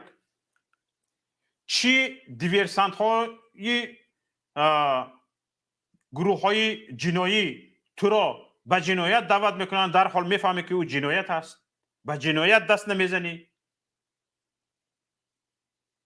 چی گروه های تندگرا تو را وقتی که به همراه شوی به خودشان دعوت میکنن، در حال میفهمی که این جنایت است، به او جنایت همراه نمیشوی. همه جهت به تو فایده دارد، همه طرفه به تو فایده دارد. یگان جایی ضرر وجود ندارد. یگان جایی که تو ضرر کنی وجود ندارد. ای مهاجر عزیز، ای هموطنی عزیز، که ببینیم مرحمت خواهشمندان میتوانید پیوست شوید و برنامه همراه شوید و فکر و اندیشه خودتان رو در این باره گپ زنید. من خیلی گفتنی های زیاد دارم، شاید به شما نباید ندیم، اما هر کی خواهش سخن کردن دارد مرحمت بفرماید. حالا چند نفر از واتساپ زنگ زدن و در وقت سخنرانی من حتی اینجا چند نفر شکایت هم کردن. آخری رقمش 21 که اینجا زنگ زده است وقتی صحبتی من 01 زنگ زده است آخری صحبت من. خواهش میکنم ایشان رو به اینوبت بگیرید و نفرانی که زنگ بزنند و نفرانی که به استودیو وارد شده یعنی خواهش سخن کردن میکنند حتما آنها را بپیوندید. الو الو اول یوتیوبتون رو خاموش کنید برادر عزیز، بعد گپ زنیم. مالش یوتیوبتون رو خاموش کنید برادر عزیز، یوتیوب رو خاموش کنید بعد گپ زنید برادر. اکنون گپ زنید. بسیار خوب. حالا ببینید همینجا نگاه کنید. کامپیوتری مرا گرام کن، نشان ده. نگاه کنید بدخشان عزیز، هموطنان عزیز نگاه کنید همینجا. و فکرم همین خیلی بود. نقطه تیجی منه انامین مخزنی قانون است و این سایت مرکز ملی قانونگذاری نزد پرزیدنت جمهوری تاجیکستان است. مرکز ملی قانونگذاری نزد پرزیدنت تاجیکستان است. همین این سایت رو یافتن همگی 3 تا حرف mmk.tg mmk تمام، دیگه هیچی وجود ندارد. در اینجا مرکز ملی قانونگذاری نزد جمهوری تاجیکستان، اینجا دستوری استفاده برنده دو داشته است. من مخزن قانونگذاری جمهوری تاجیکستان وجود دارد. من مخزن همینجا یعنی خزینه من همه چیز وجود دارد. کنستیتوسیا، قانونهای کنستیتوسیونی، کودکس، قانون جمهوری تاجیکستان، قرار حکومت جمهوری تاجیکستان، قرار مجلس عالی، فرمانها، کانسپسیا، فرمانهای پرزیدنت جمهوری تاجیکستان، همه چیز وجود دارد. همین ماهی سالش میزنید میبراید اینجا. من ببینید قانون جمهوری تاجیکستان درباره عفو وجود دارد. میتونید طرز وردیش رو بگیرید، طرز پی دی افش رو بگیرید، طرز ویپش رو بگیرید، کدامش رو خواهید بگیرید. اگر شما یعنی همین از پریلژنی پلی مارکت اندروید یا که از آی اوس اگر همین پی دی اف میخوندگی چی رو پریلژن رو اسکچات کرده گرفته باشد، در اکثریت تلفن های همراه وجود دارد. می توانید اسکچات کرده بگیرید، در تلفنتون دائم این قانون وجود داشته باشد. قانون جمهوری تاجیکستان همش هست. دسترسی به اطلاعات عاید به فعالیت سودها همش وجود دارد تماشابینان عزیز. و همین خیلی گرفته فرماده هم میگیرید، بیشتر نمو این نشر رو پخش میکنید، همه رو نشون میدهد. درباره راههای اتومبیلگرد و فعالیت راهداری همه چیز وجود دارد تماشابینان. انا برای همین هم در این پالو نگاه کنید. در همین جا هم همه چیز وجود دارد. از همین سرقانون سر کرده یگان قانونی نیست که در همین سایت وجود نداشته باشد. با اگر تغییرات علاوه درآمد، تغییرات علاوه می درآید، الکی وارد می شود، با تغییر علاوه هایش همش وجود دارد. برای همین تماشابینان عزیز mmk.tg این سایتی من نه، سایت مخالفین نه، سایت مرکز ملی قانونگذاری نزد پرزیدنت جمهوری تاجیکستان است. من برای بیشتر از حقوق هایم آگاه شدن، از قانون آگاه شدن، بیشتر همین سایت را ورق گردان میکنم، بیشتر به همین سایت رو میبیارم و کوشش میکنم که روز از روز بیش از پیش مدار قانوندانی هم زیاد شود، حق و حقوقم را دانستنم زیاد شود و کوشش میکنم که وقتی که با شما تماشابینان عزیز صحبت میکنم آگاهانه صحبت کنم و صحبت های دیدو نداشته باشم. حالا من دعوای حقوق شناسی بلند کردنی نیستم، به یک سطح میانه، یک شهروند عادی که باید حقوقش را داند. من همین قدر خودم را وظیفه دار میدانم که باید حق و حقوقم را بدانم و حق و حقوقم را باید بشناسم. مرحمت بفرمایید. خب بس از ترسو دودا نشوین، بس ترسو دودا نشوین. الو بفرمایید. Assalomu alaykum Shavkat aka. و علیکم السلام و رحمت الله. بفرمایید. چی گفتنی هستم بعضی آدم برامده اینجا به وای میکنند تینجو امانی آسایشی میگن فتنه ده اندازت بگن برای همه آدم گفتنی هستم که کمتر عقل جوشو بیارین عقل نباشد کمتر عقل در گرونید عقل جوشو بیار 28 سال شد 20 سال ایسی نویس میکردگی آدم هستن نه درگاهی ویش میرد چی میگفتم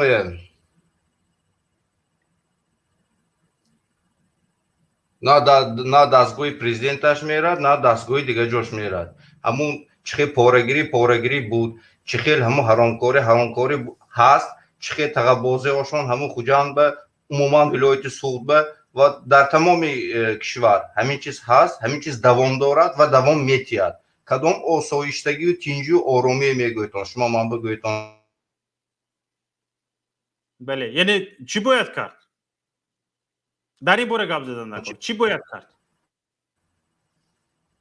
شخصا خودم توجین لیکن در سبب اون که بعضی گپا هست اگر بگم میفهمم و من کیا هستم در کجا هستم و چیکار دارم نه بعضی گپای ظلم هایی که واو کدگی مثلا گریم در برابر حالا ما کوشش میکنیم که در برابر شکایت یا که در برابر اشاره به کمبودی ها پیشنهادهای خودمون رو داشته باشیم فقط اشاره به کمبودی هر کس میتواند بکند لیکن اگر تو در همون الटरनेटिवی همون کمبودی چی است گفتن نتوانی چی در کار است کمبودی مورد شدن باید ما کوشش کنیم که در برابر کمبودی ها پیشنهادها برای اصلاحات داشته باشیم حالا برای از بین بردن این کروپسیه از بین بردن این چیزها من به مردم پیشنهاد کردم که باید مداری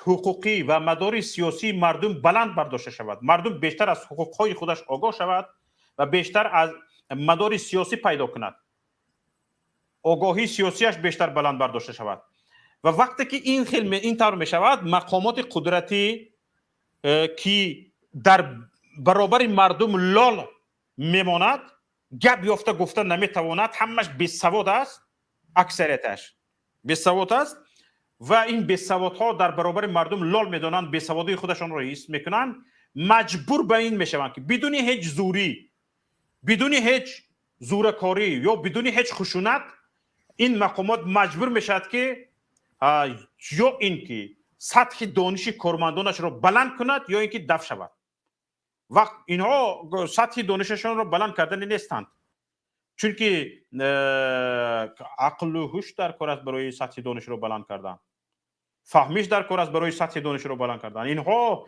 نمیتونند من باور دارم در همین حکومت تقریبا 80% که در همین حکومت کار میکند به همین مقامات کار میکند به همین رژیم کار میکند 80%ش تنبل است یگان خواهش مدار حقوقیش رو یا مدار دانشش رو بلند برداشتن رو ندارد این خواهشش رو ندارد همین یک 20% هستند همین 20% همین عرابه 80% رو کشاله کرده گرفته اومده ایستاده است یک 20% وجود دارند که همین در پشتوارهشان عرابه همین 80% است اینها خری همین عرابه همین 80% هستند همین 20% اهل سواد هستند یک چیز رو میفهمند یک چیز رو درک میکنند اینها هم فکر میکنند رزق از الله نیست رزق رو همین گردنغوث میدهد و به همین خاطر در همونجا باقی ماندگی هستند مثلا دیرکتور مکتب است فکر میکنند از دیرکتوری مکتبی گیرند دیگه پوموش دزدیده نمیتواند دیگه او خوراکای به مکتب آمدگی سپیست کرده به خونهش کشانده نمیتواند فکر میکند که و اگر این کار نکند بچه‌هاش گشته میماند فکر میکند که و حتما کلاش کار میکند خوندگی است این با 640 خواننده و 1280 خواننده اگر دو بس باشد خیلی کار کردن مشکل است و به این واقعا یک کله خوب در کار است. وقتی که او دیرکتوری مکتب فکر میکند از اینجا از کار رانده شود، گرسنه تشنه میماند، همین وزنینی ها، همین باری گرنگی همین بیسوادان رو کشاله کرده میگردد. همین خیلی اهل سواد، اهل فرهنگی، اهل خرد. زنگ رو قبول میکنیم. الو. سلام علیکم و رحمت الله. و علیکم السلام و رحمت الله و برکاته.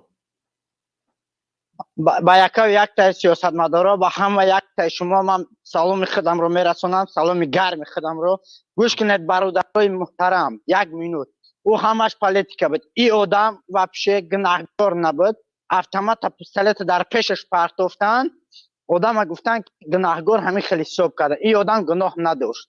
به گناه گرفتن پروندنش حکمش کردن. ما با پامیر هستیم، پامیر رو با پیش ما خط شماییم. یکون مایده فکر نکنید. انشالله امکانیت ما با دست میاریم. انشالله. ما همون تاجیک هستیم، همون یک هستیم، یک مشت هستیم. او یک طرفگاری پرزیدنت میشویدگی و هیچی هم برادر. ما طرفگاری ما خلقیم. یگان وقت خلق چه میخواهم ما همون خیلی. ما طرفگاری گروه 24 که ما طلبگاری که حق آمد باطل رفت. باید ما حق باشیم، باطل بروای دنیا. تشکر. خطا یگان سوال باشه جواب میتیم. حقیقت از دل، از شوق دل. شما خودتون از کجا حاضر گفته شدید که او یگان خیلی سلاح نداشت؟ این خبر به شما از کجا رسیدگی است؟ ما آدمو خیلی صحبت میکنیم ردنای جان، آدمو خیلی صحبت میکنیم. ما هر یک افیرو را گوش میکنیم، هر یک چی رو ما همش گوش میکنیم. ما از دوشنبه های مسکن بینه بچه های شهری مسکن بینه.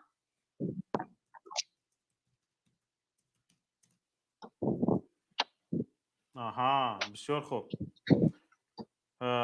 بسیار خوب. باز چی آگاهی ها دارید در این باره؟ باز چی خبر ها دارید در این باره؟ ما از این باره که همه خیلی گپ ما شنویدگی ما نه گپ میزنیم که حقیقت آدم ها همه راست گپ گفتگن همینجا ده. آدم هایی که چاپوسا دروغ هم میگن اتومات در پیش پستالیت پرخشان که بوده پستالیت ور در دستش موندن که بوده همه آدم پستالیت پرون. یگان چی پروندگی نیست، یگان چی نداشت. آدم نه یاروغ داشت نه یگان چی پروست در خونه برآمد پروندنش که قامت کردن. بسیار خوب. خیلی رحمت. ما از شما خیلی مینم. زنده باشید. تشکر زیاد به شما. تشکر برادر عزیز. ببینید یک نفر خودش از بدخشان است، در دوشنبه در پایتخت کشور زندگی میکند. الکی آمادگیش را اظهار نموده شده است. این خیلی نفران خیلی زیاد هستند. حالا همون شب و روزهایی که امنیتی ها گفتن که به تظاهرات برایید، چندین نفر به ما نوشتند که به ما SMS اومد. به ما SMS اومد که ما باید به تظاهرات براییم. ما رد کردیم، گفتیم که هیچ کس حالا آمادگی به تظاهرات ندیده است. یگان نقشه تظاهرات در دوشنبه وجود ندارد و خودداری کردن، اما ایده راست رفتن. برای همین تماشابینان عزیز، برادران گرامی، خواهران گرامی، هموطنان عزیز، وقتی که به شما یگان SMS همین خیلی ها میبیاید، حتما باید مشورت کنید. خودتان را به دست اینها برده نسپارید. اینها همین خیلی حالا چندین نفر ببینید به درجه به تهلکه افتاده بودن، به درجه به واهمه افتاده بودن که به هیچ گفتار راست نمیگوید. مثلا همان روز 26م بعد از یک روزی تظاهرات، روز 26م به من از اسفره و از اشت خبر آمد که در اشت در راه شهیدان پانغاز که مرکزی ماموری را به جماعت دیهاتی پانغاز میپیوندد، یک بلندی است نامش را زینگه میگویند. در همونجا پست موندند و در جماعت خیلی پلیس ها زیاد شده است و گفتند که وضعیت ناتنج است. در اسفره هم همین طور هست و پلیس ها رو خیلی زیاد کردند و در اکثریت مرکزهای ماموری در جماعت ها، در مرکزهای ماموری ناحیه ها نوبتداری تشکیل کردند، نوبتداری شبانه روزی تشکیل کردند. این خیلی خبرها به ما آمد. همین قدر دل گرده دارید، همین قدر دل گرده دارید، از ترس لرزیدید، به لرزه در آمدید. در خوجان جلسه بیبیاتون ها تشکیل کردن، یعنی زنهایی که در مرده خانه ها، یعنی در جنازه ها، در تعزیه خانه های، در توی خانه های دیگر ها، در یگان چاره‌بینی های مردمی گپ اول را میزنند و مردم به دهان آنها نگاه میکنند. جمع کرده جلسه کردند. این کار شاید با احتمال زیاد شما امام خطیب ها را هم جمع کرده جلسه کردگی هستید. حالا تا روزی جمعه دوام میکرد، حالا تمام امام خطیب ها در این باره گپ میزدن. حالا احتمال زیاد دارد علاقه شما گفته که هستید در روز جمعه باید امام خطیب ها چی برآمد کنند علاقه. حتما موضوعشون یک قسمش بدخشان میشود. خبرها اومده رسیدگی هستند.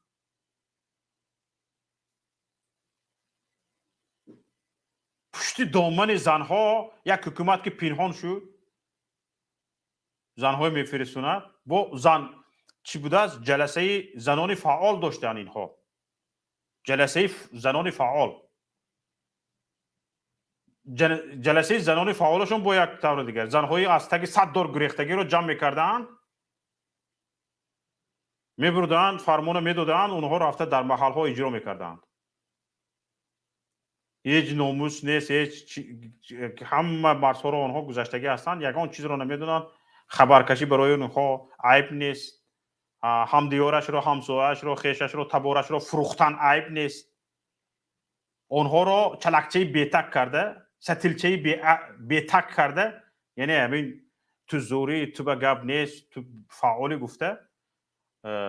ببینید نامشان رو زنان فعال مونده‌اند. زنی که با این زنان فعال نفرانی همراه می شدند که یگان مرز ناموس را نمیشناسند، یگان مرز شرم و حیا را نمیشناسند. حالا من میدونم از دهه من، از زادگاه من به این زنان فعال کی همراه هست، از دهه های همسایه هم کی همراه هست، از چند دهه های دیگر کی همراه هست. من میشناسم اینها را، مردم میشناسند اینها را. و باز از بین همین ها گرفته برده زنان فعال تشکیل کردند که مردم هم بداند که اینها هیچ مرز را نمیشناسند. هر پایشان را ندانسته موندن، حتما مردم هم بداند که اینها هیچ مرز را نمیشناسند، حتما خبر میدن. باید هوشیار باشند. یک تیر و چند نشان. ببینید از بین مردها هم همین خیل، فقط همین خیل بزها را، یعنی شخصان فعال جامعه، از بین بیناموس ها. زنگ رو قبول میکنیم، بعد از آن صحبت میکنیم. الو، سلام علیکم. اگر صدام و علیکم خوب باشه السلام و رحمت اشاره الله و کنید. برکاته. من چی گفتن بودم برادر؟ با فکر من که ای مرحله گپ ما باید به مرحله عمل گذاریم. بله، همین وقت چی رسیدگی هست. انا همین عذر صحبت های باید ما با برای چیکار مرحله کنن، عمل گذاشتن است. باید با چیکار کنن که ما به مرحله عمل گذاریم. انا به همین سوال باید جواب همه بدیم. جنایت نسبت ما روا دیدن. ایزد اما که پدر ما بود، پدر پدر ما معنوی ما نبود، بود، اکای ترمش ما کرد. بود، برادر ما بود، دوست ما بود، رفیق ما بود، استاد ما بود، لیکن پدر ما نبود. همین پدر و پیشوا ما یک طرف. برادر من همه گپاتو پدر قبول. معنوی ما بود، پدر معنوی ما جوانو بود، پدر معنوی. خب بگذار. ما همو به این پدر و پیشوا راضی نیستم. از سر 10 آدم 2 نفرش طرفدار حکومت های، 4 تا بی‌طرف های، 6 تا مخالف های. شماره ما نسبت به طرفدارو به حد بسیار های. برای چی ما عمل نمیکنیم؟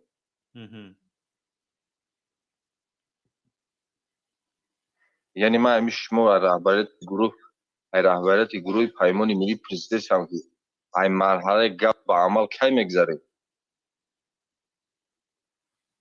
درست. حالا برادر عزیز اینجا ببینید من چند چیز پیشنهاد کرده ایستادم، یعنی که همین ها رو باید در عمل تطبیق کنیم. یعنی پیش از همه بلند برداشتن سطح حقوقی هر یک شهروند. باید امروز مردم رو متقاعد کنیم که مردم باید متقاعد به این شود که باید سطح دانش مردم، فهمش مردم از حقوق و آزادی هایش بلند برداشته شود. این هم به فایده خودش است، هم به فایده دولت است، به فایده ملت است. به مخالفین خیلی کم فایدهش میرسد. به مخالفین خیلی کم فایدهش میرسد. اما به خودش، به ملت و به دولت، به آینده کشور خیلی منفعتش بلند است. انا برای همین پیش از همه حاضر ما کوشش کنیم. این رو ببینید، اگر یک شهروند، یک مهاجر تاجیک یا یک شهروند تاجیکستان از همین 14 ساله 15 ساله بالا از قانون‌های کشور باخبر باشد، از قانون‌های مهاجرت باخبر باشد، از قانون‌های کشور میزبان باخبر باشد، قانون همین الیمنترین چیزها باخبر باشد و از حقوق خودش دفاع کرده تاند و مدار حقوقیش را بلند بردارد، باور کنید در یک سال از 80% همین مقامداران ما مدار حقوقیش، مدار سیاسیش بالا می رود و این حکومت مجبور به اصلاحات می شود. حالا در ما رتاتسی وجود دارد، اصلاحات وجود ندارد. اینا رتاتسی میکنن، از اینجا به اینجا گرفته میپرتن، از اونجا اینجا به گرفته میپرتن. اینجا جنایت کرد، برای جنایت نوبتی در اشت جنایت کرد، به رشت میفرستند. در رشت جنایت کرد، به بدخشان میفرستند. در بدخشان جنایت کرد، میگریزونن به خوجند میبرند. در خوجند جنایت کرد، میبرند به دنغره. نه به دنغره نمیبرند، از دنغره فقط میبرند. از دنغره فقط همیشه کادرهای جنایی استحصال میکنند. به دنغره بازگشت ندارند. همین از دنغره میبرند، در همین تاجیکستان دور زده جنایت صادر کرده گشتن میگیرند و به اینها همراه میشن. کسانی که گپ اینها را خوب گفته میتونند، خوب اکا گفته میتونند، به اینها همراه شدن میگیرند و برای بس کردن همین چیز باید مردم سوادناکیش بلند شود. با فکر من به اندازه کافی مردم فهمیدگیان، 85% مردم میدونن که این حکومت یک فساد زده است، حکومت بندیتی است. نه برادر، من به این باور ندارم. برای چی؟ برای آنکه همین چند روز اخیر شب به من 10 نفر، اول چند روز اخیر مونیم شب، همین شب بعد از برنامه که 6.5 ساعت برنامه بردیم، به من 10 نفر زنگ زدن که شما این خیلی برنامه داشتید ما نمیدونستیم. حالا خودی محمد اقبال صدرالدین گفت که همین در برنامه ما گفت که چندین نفر زنگش زدن، یکمین بار دیده اندش که این خیلی برنامه داشته است. فهمیده ایستادید برادر عزیز؟ ما یک گروه معین تقریبا، همین گروه معین تقریبا حالا ببینید 120,000 نفر وجود دارد. 120,000 نفر وجود دارد که چی در تاجیکستان و اینها خیش تبارشان باشد تقریبا 500,000 نفر، تقریبا 500 نفر 500,000 نفر یک کمی از حقوق آزادی های خودشان احتمالاً یک آگاهی نسبی دارن، آگاهی کلی نه، آگاهی نسبی دارن و این رو اکثریت اهالی گفته نمی شود و در بین اینها برادر عزیز ما هم میدونیم، مخالفان هم میدونن، حکومت هم میدوند برای همین خیلی شجاعت جنایتکاری رژیم بلند شدگی است. حکومت هم میدوند و دیگران هم میدونند که در بین اینها باشد همین دور باشد 80-100 هزار آدمی یک کم به تمام مبارزه ها آماده وجود دارد که باز از داخل اینها نفرانی که به تصمیم های جدی آماده هستند خیلی کم هستند. این رو حکومت میدوند، برای همین جسارت جنایتکاریش زیاد است.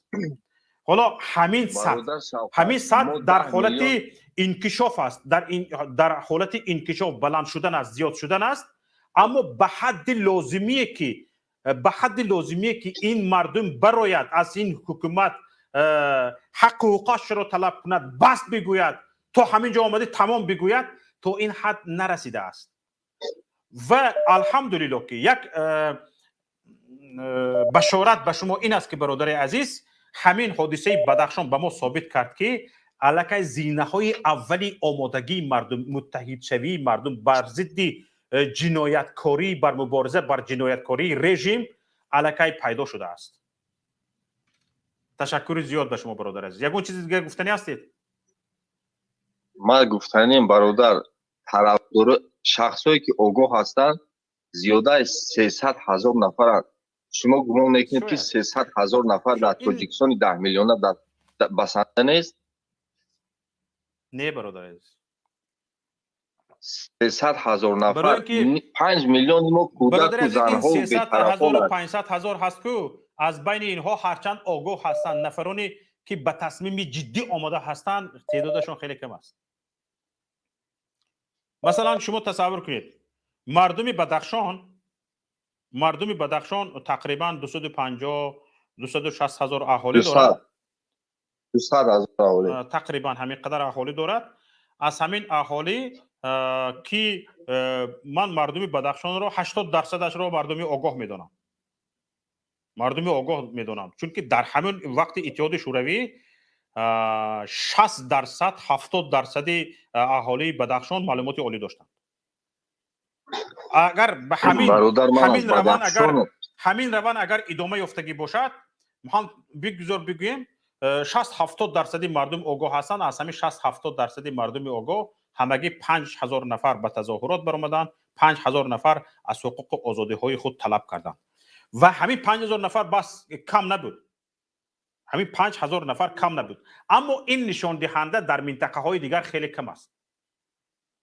این نشان دهنده از در منطقه همین 5,000 نفر حکومت رو به زانو نشاند. به زانوی 6 حکومت تمام طلباتشون رو اجرا کرد. حالا فقط متکبریش مونده است خلاص. حالا اینها هایکو نوار رو دیدید دو کس بوکس میبرایند میزند میافتد اول خودش دعوت میکند به بوکس بعد درازتون میافتد ها چی گپ میگه همین شب خروتاب به گوشت گوسفند زدگی بدم میکیم چی بود یکی در تمام بوکس سرم چاق زدم. حالا حکومت همین خیلی گفته شده است. شوخت برادر بدخشان همگی 3% اهالی جمهوری تاجیکستان را تشکیل میکنند. اکثریت اهالی ما در دوشنبه و خوجند هستند، یعنی ولایت سوق.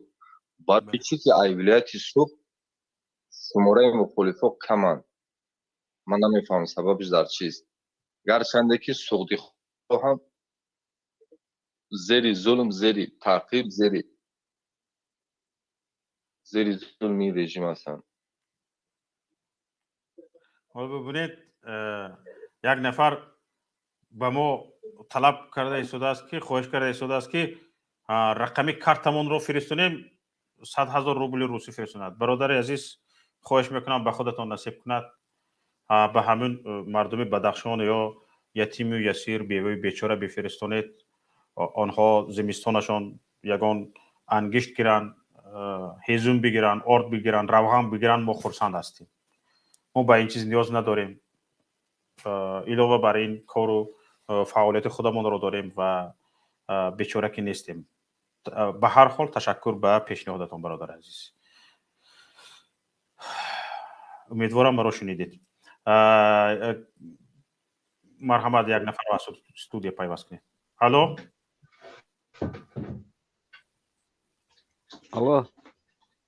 بفرمایید. الو سلام علیکم. الکساندر بفرمایید. الو سلام علیکم. و علیکم السلام و رحمت الله و برکاته. من اول میخوام همدردی خود با خلق بدخشان با خلق تاجیکستان رسونم و در اینجا گفتنی هستم که همه گناه از سر خودمون است. ما برای اون که ما دوست نیستیم، ما یک جا نیستیم. ما فقط محلگری کرد در دست مونه. اگر ما از بین ما همین محلگری رود یگان دولت نمیتوند که یگان سرور نمیتوند که خلق تاجیک را با زانو شیناند، به جنایت پراند. یگان کارکردتون و خودش کس ملیسا و قانون رو میدونند. امیر رقم واتساپ رقمش 92 برداشتم. اگر خط بند میدونم با از شما یا چی خواهش میکنم که اگر از دست شما بیاید یکون کارت پارتویت یکون کارت پول جمع کنیم برای همون بداخشان یاردم کنیم. خواهش میکنم همین طلب رو از ما نکنید. درست است. این چیز پنهان نیست برادر عزیز. بسیار نفران کرده ایستاده‌اند همین پیشنهاد رو، اما عذر ما رو بپذیرید. ما به نهایت که شخصان محدود هستیم که کار میکنیم و برای این کار یک نفر مخصوص لازم است که به همین آواره شود، این را بدون خیانت حساب کتابش را ویران نکرده و صاحبش برده رساند. ما نمیتونیم این کار را برادر عزیز. حالا در اینجا به من توسط واتساپ هم نوشتن که میخوان 100,000 روبل روسی بفرستونن، تقریبا $1,500. لازم نیست برادران عزیز. ما این کار رو شما میتونید اعلام کردن از برادران بدخشان که اگون تشخیص کند که حقیقتا این مبلغ به دست اون ویلای کم ایزاد رسد. بله. حالا میتونید حالا من اعلام کرده که اگون برادر بدخشان براید میتواند از اودش میبراید، امانت دار است، امانت داشته میتواند و همین مبلغ رو به جایش برده رساندن میتواند، مرحمت همین رو به عهده گیرد. ما این خیلی یک نفر نداریم. سلامت باشید برادران. برای شما برای کار ما هم طرفدار خلق هستیم. تشکر باشم. طرفدار خلق هستیم. رحمت کلام برادر. نباشید. واتساپ بفرمایید. الو. گپ زنید. سلام علیکم. و علیکم السلام و رحمت الله و برکاته. علیکم السلام و رحمت الله. در مسئله شکست حکومت در بدخشان، بله در بدخشان یک شکستی حکومت به مثل یک لگوی افریقایی که گفت نه من این کار حاضر فعلا نمونم، برای که از جنبش جمعیت جهانی ترسید، برای که تمام در تمام اروپا و امریکا بودن و همه به جنبش آمدن. یک جنجالی بین خواهران ممکن به پا می آورد، علاقه بود ترسید، یه کانتر به قفا زد. این حکومت مردم بدخشان روزی شد. یک که در خط حکومت خوناشون با خون آموختن عقدت کردگی در همون مقصدی وای همون بچه را کشتن. وای بچه علاقه خود به خود وای لیگر بود. چه لیگر بود؟ بچه گرد میزدگی بود. کلو رو باید وای بین برن که در حق حدوبین پروگم باید از بین برن که نوای پیستالی داشت، آنها مورد تفاصیلات کرد و خلاصه همین خود در پاکتی خواستم باز در چشم مردم به میتونی تایسوی شما پیشینشون خاک باشن که این نمر نگذشت. این بستکارش از بالا بود، این اصناف بود، این نگذشت. خب در این مدت بیدون از خارجه همین مبلودت میکرد دید که کار به جنجال قسمی شده است. آمده و کمتر در بالا همین آتش آب باشید و غذای مردم رو کشون. این برد مردم بدخشان از آن جمله برد مردم تاجیک، ملت تاجیک بود که با تمام برادران تاجیکان بدخشان ما همسوا شدیم. در همونجا آواز بلند کردیم، صدا بلند کردیم. افسوس که همین شراره که در بدخشان شد یک حالتی در ما چی بگیم از ما به حد این ولایت از ما به حد دور 500 کیلومتر است. این قابلیتی به ما نزدیک شوی همین چی بگیم مردم پای هماواز شوند. همین خیلی شراره ها اگر در ناحیه‌های تابع ریاست جمهوری میشد ممکن که باید با 5000 شمارش میگه با 50,000 میشد. این یک شراره بود که گفتم با ولینی شراره علنگا برمیخواد. این حکومت خوناشون به این پروکاسیون به این خونخوری عادت کرده بود. همین این کار با ران خون رو میشود در حدود نشانده میشود. این یکنی غلبه ما بود، گرچه غلبه نبود غلبه بود. این رو ماندن لازم نیست. یک برادر برآمد کرد گفت که مشکل باید خیزیم. این خیزر رفت این همین کار همین چی سر می شود. فقط طلب کردن حقوق در دایره قانون، طلب کردن آزادی بیرون در دایره قانون. این حکومت به ضد مردم بیروق حالا این نوعا مرده وای رحمتی شهید فابریکات کردن اسمت کردن میخواستن که وای پستری داشت این مردم کسی باور نمیکنن و تمامی قوات آواز بلند میکنن که وای پستری داشت بدونی به سوی مردمی آسایشه در میدان برای چی کشته بود مردم بیروق بودن.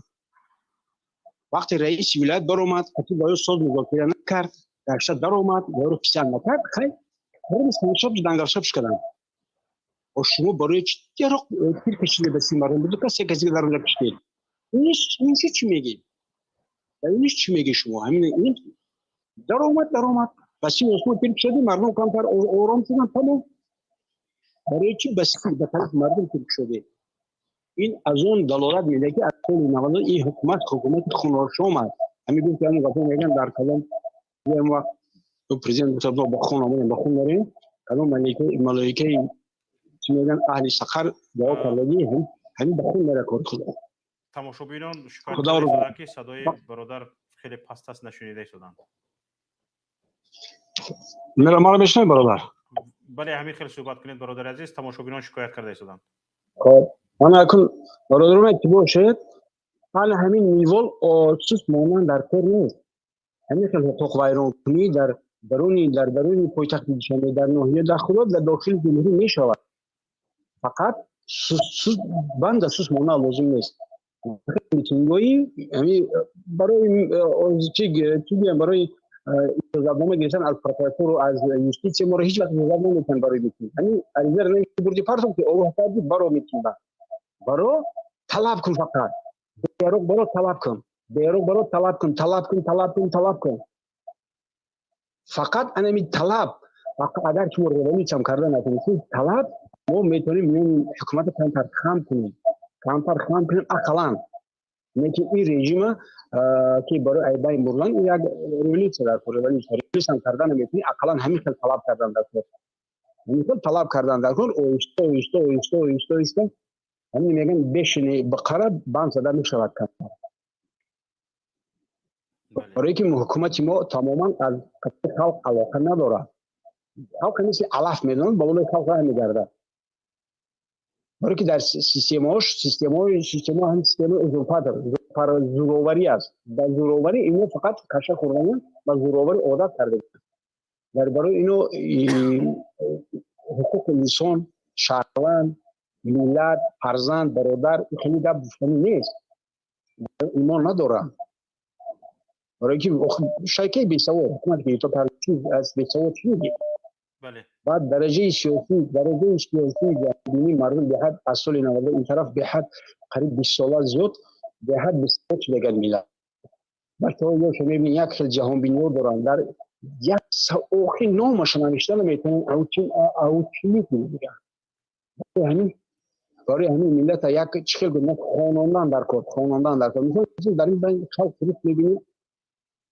و یکم کار پروا نداره نه که بچه کتابی شد در مورد چنین یک سوال ته و نظریاتش اوید به چه چیز داخل حکومت میگه نظریش خود چه میگه درست تشکر برادر حالا شکایت ها زیاد شده است که صدای شما رو نقض نمیشنوم اگر علاجش باشد شما وارد استودیو شوید توسط لینک استریمیارد ما به شما نوبت میدهیم حتما صحبت میکنیم بله کوشش کرده ایستادم چون بندش شدن میتونه فقط واتساپ زنگ میزنم خلاصه ایده من همین خلاصه فقط اقلا طلب کردن در کار طلب نمیکنه طلب کردن در کار دیگه برای دیگر موقعی که طلب رو زیاد کردن من در اکثریت برنامه‌هایم میگم همین برای کودک برای فرزند مهربانترین شخص این مادرش است برده یک جا میموند تا گشنه شده از جانش گذشته گریه نکنه رفته شیر نمیدید کورش رو کرده میگه بله انا برادر پیش از برادران از وقت یک سرگذشت کم برای سرگذشت نقل میکنم من همین برادر اینجا من گفته شدم صدایتون رو من نشنیده شدیم نقص یک مشوش با یک قلطی ایلاوگی میبیاید و حرفای گفته شما رو چیده گرفته نمیشود گوش نمیشنود برای همین حاضر چی صدای حاضر چی حاضر چی میگوید خوب میشود گاب رو سر بکنید بعد از بین میرود کچستوی صدایتان صفت صدایتان خیلی خیلی نمیشنم فقط تلاش کردم تمام بیایید توسط استریمیار وارد شوید حتما به شما نوبت میدیم برادر عزیز حالا یک زنگ از ایمان فکرم بله معلش خدا نگهبان کی است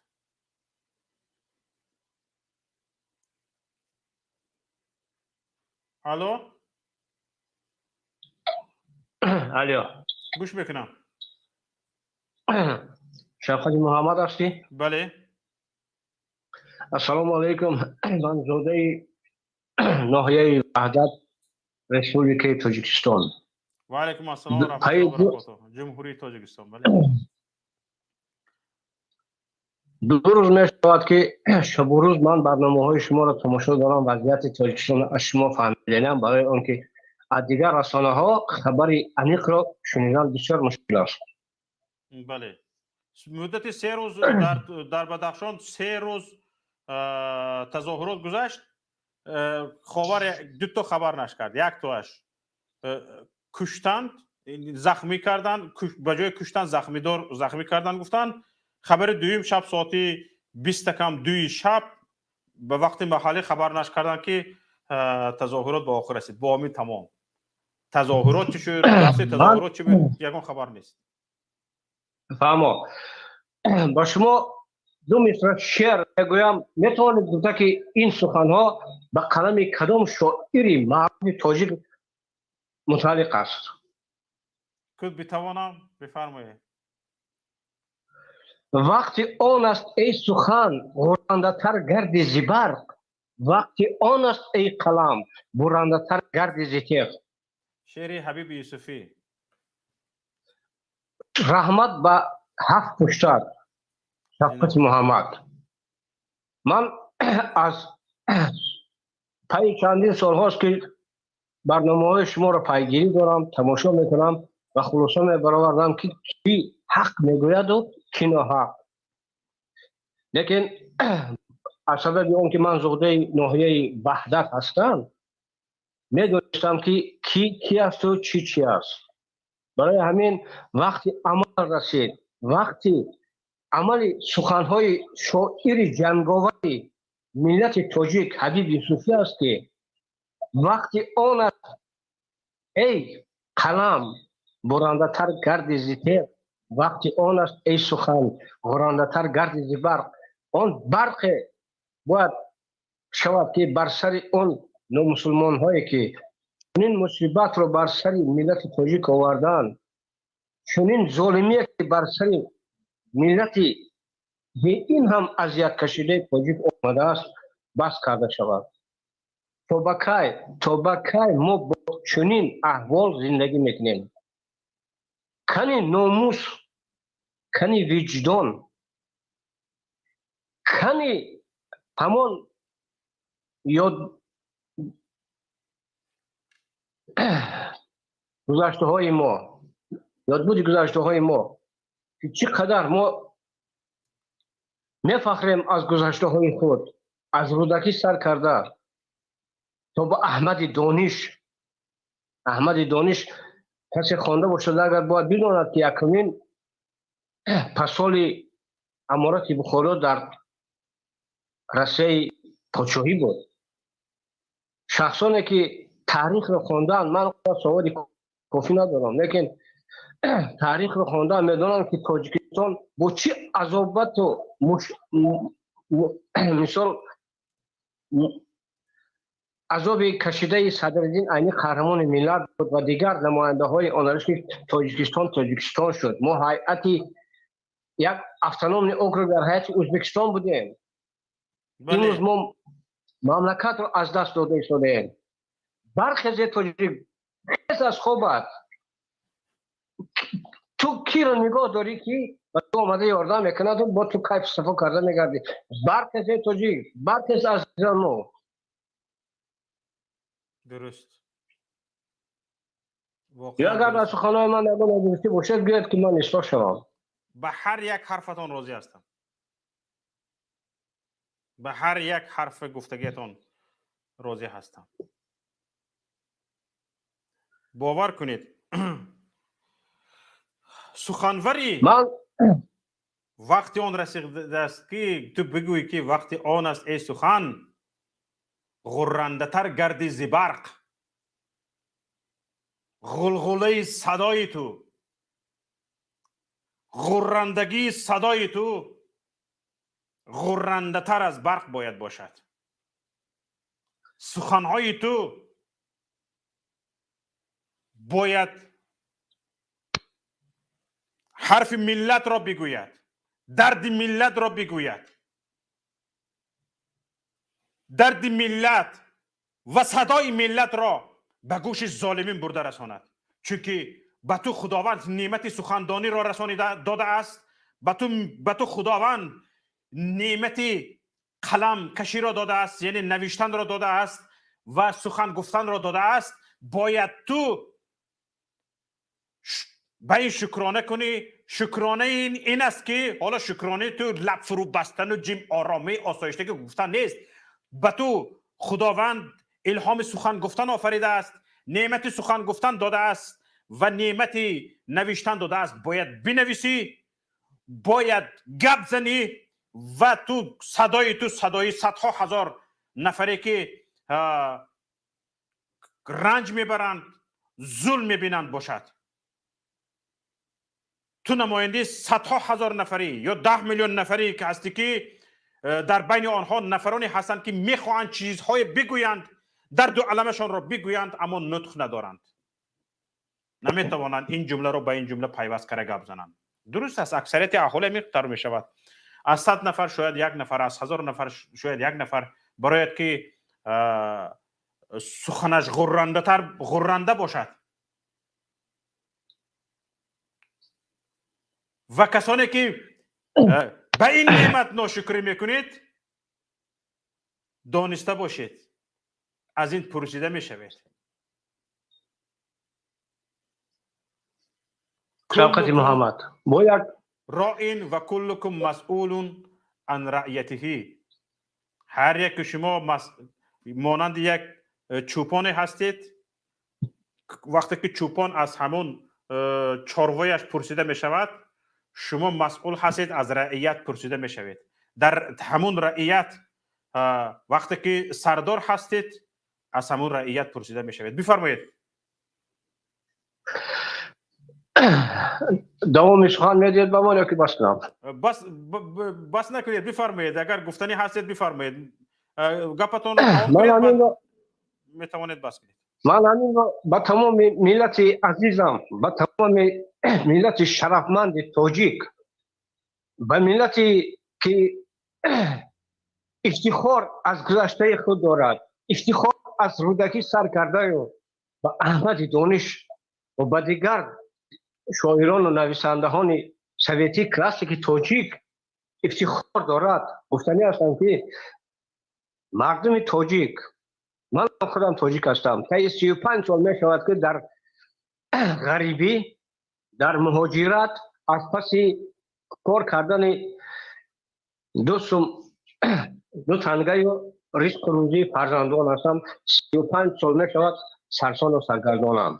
من نمیخواهم که فرزندان من، نبیرگان من با چنین احوال گرفتار شود.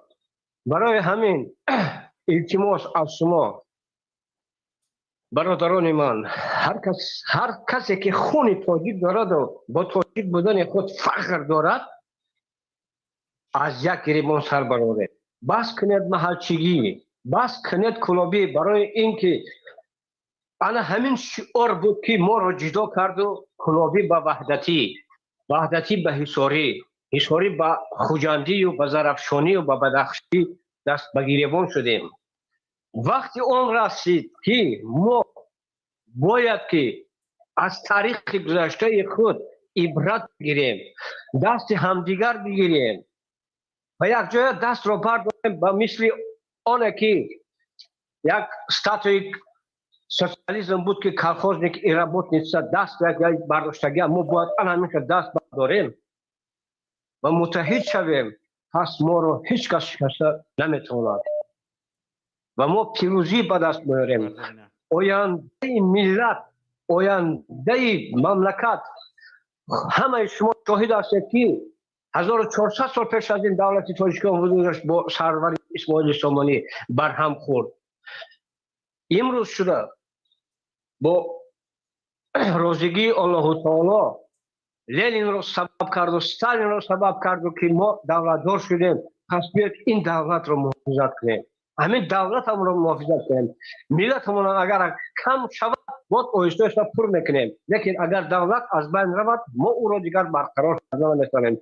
فرزندان ما، نبیرگان ما در هزار سالهای دیگر بنیاد کردن نمیتونن، افتخار کردن نمیتونیم که ما تاجیکان دولت دار هستیم، تاجیک دار هستیم. بله، تشکر زیاد به شما. زنده باشید، سلامت باشید. تشکر. سلامت باشید. زنده باشید. بفرمایید نفر دیگر. الو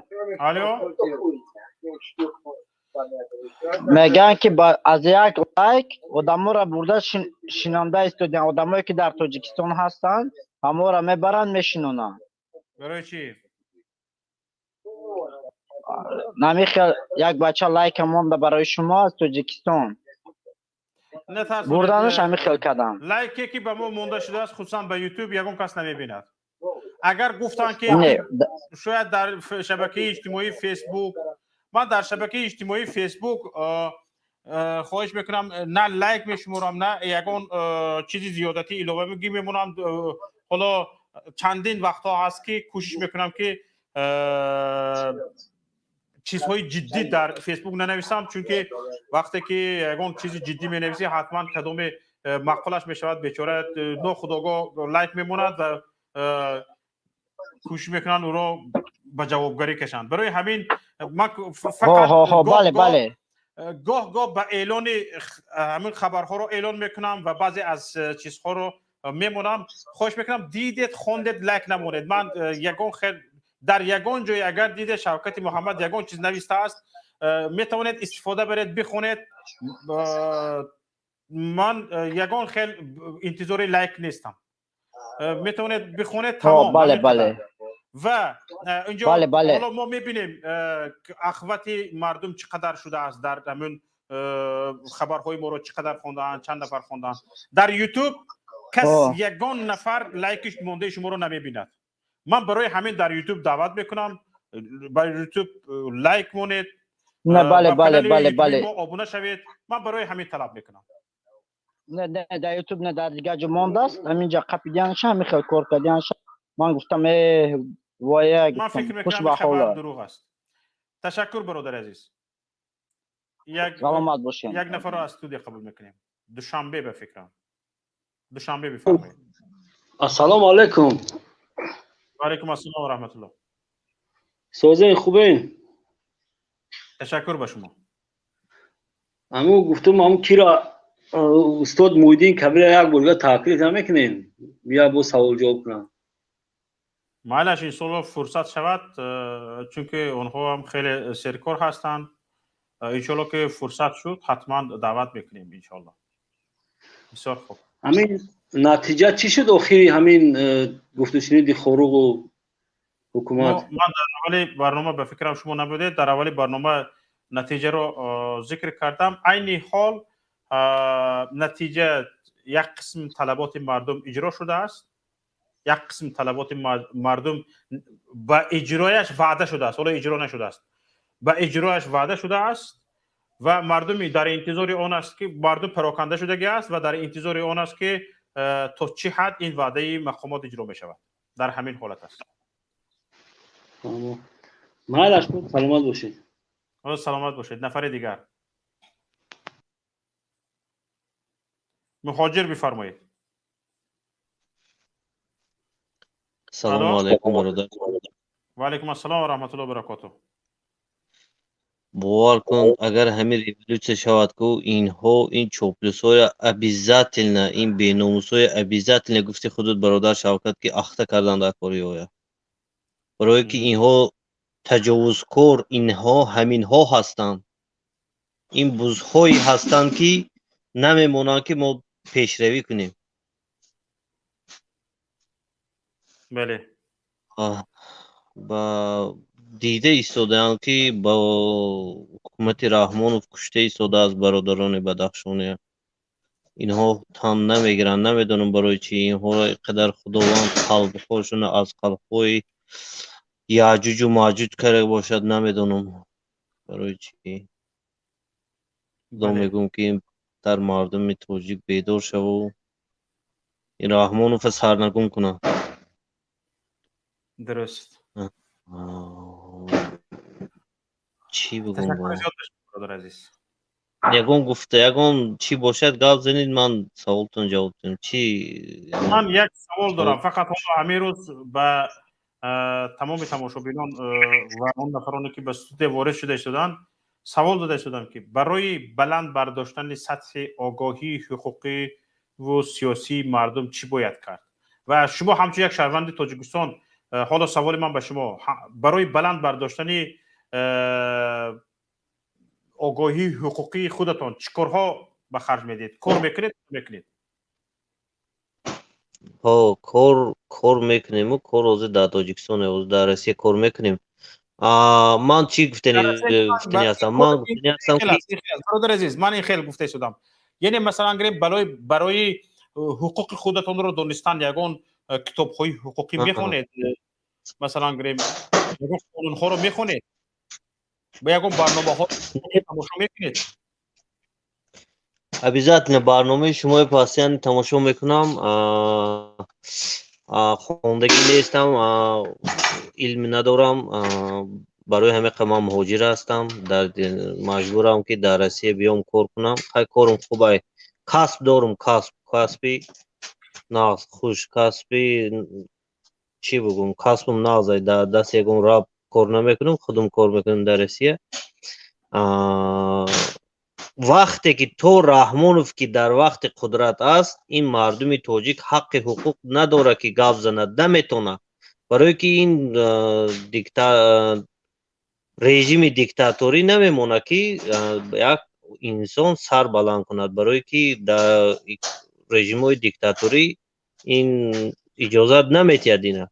تو وقتی که رحمانوف اگر سرنگون شد بعد خلق میتونه که حق حقوق طلب کند بعد خواندنی نازم میشود برادرها همه فرزندایی که یوش هستن خواندستان خواندنی هاشون نازم میشد خواندنی پیشروی میشود برای که حکومت دستگیری میکند حکومتی نو چرا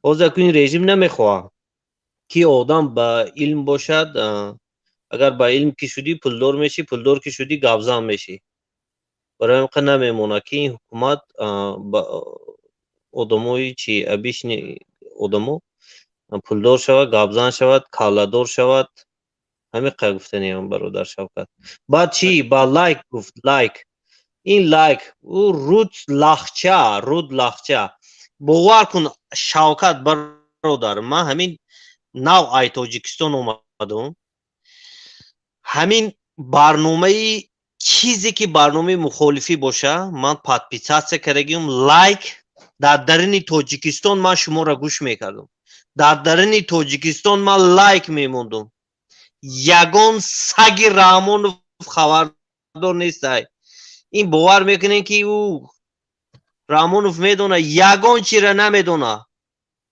همین یوتیوب که در اومدی لایک موندی پادپیساسیا کردی یگان سگ خبردار نمیشه یگان سگ خاطر نشوین برادر یوتیوب دروین گوش کنین برنامه واتساپ خطی زنگ زنین گپ زنین وقتی که اینترنتتون خیلی خوب نیست واتساپ خطی زنگ زنین خودی یوتیوب ندروین گپ نزنین واتساپ خطی زنگ زنین گپ زنین برادر که و فکر چیاتون در همین واتساپ گپ زنین برادر مخالفه همین گفتنی داشتم برادر شوکت به شما به پیش. حالا طبق گفته همین برادر تماشاگران عزیز از یکایی که شما خواهش میکنم که تگمه های لایک رو پخش کنید از یکایی که شما خواهش میکنم که اگر حالا ما رو تماشا میکنید یک بعد از این برنامه به کانال یوتیوبی ما در کانال یوتیوبی ما یک سیر و گشت کنید و حتما اگر دیدید که این کانال یوتیوبی ما برنامه های خوب دارد به شما معقول است حتما به کانال یوتیوبی ما ابونه شوید. و حالا یک نفر دیگر رو پیوست میکنیم. بفرمایید. الو گپ زنید برادر. خوش میکنیم شما رو. سلام احترامات برادر شوکت و علیکم السلام و همه بینندگان. مخصوصا یک تجزیه خود رو بار دیگر بیان میکنم برای این مادران قهرمان که فرزندانشون از دست دادن. داخل میشیم سری موضوع. ما در همین گفت و شنیدی بین مردم و نماینده های مردمی بدخشان چی به دست آوردیم؟ فقط تنها این که یک گروه 44 نفره تشکیل شده از نمایندگان مردم خواستن همین قضیه رو چیز کنن، کنترل کنن. این اول. بعد دیگر یگون دستاوردها هم دیده نمیشد. ما از تمام مردم خواهش میکنیم که در تمام رسانه ها، فیسبوک، یوتیوب صدای خود بلند کنن تا به گوش این حکومت داره ظالم برسن صدای مردم که دیگر مردمی بدخشان اون مردم نیستن که اینو را بیارن سرشون ظلم کنن.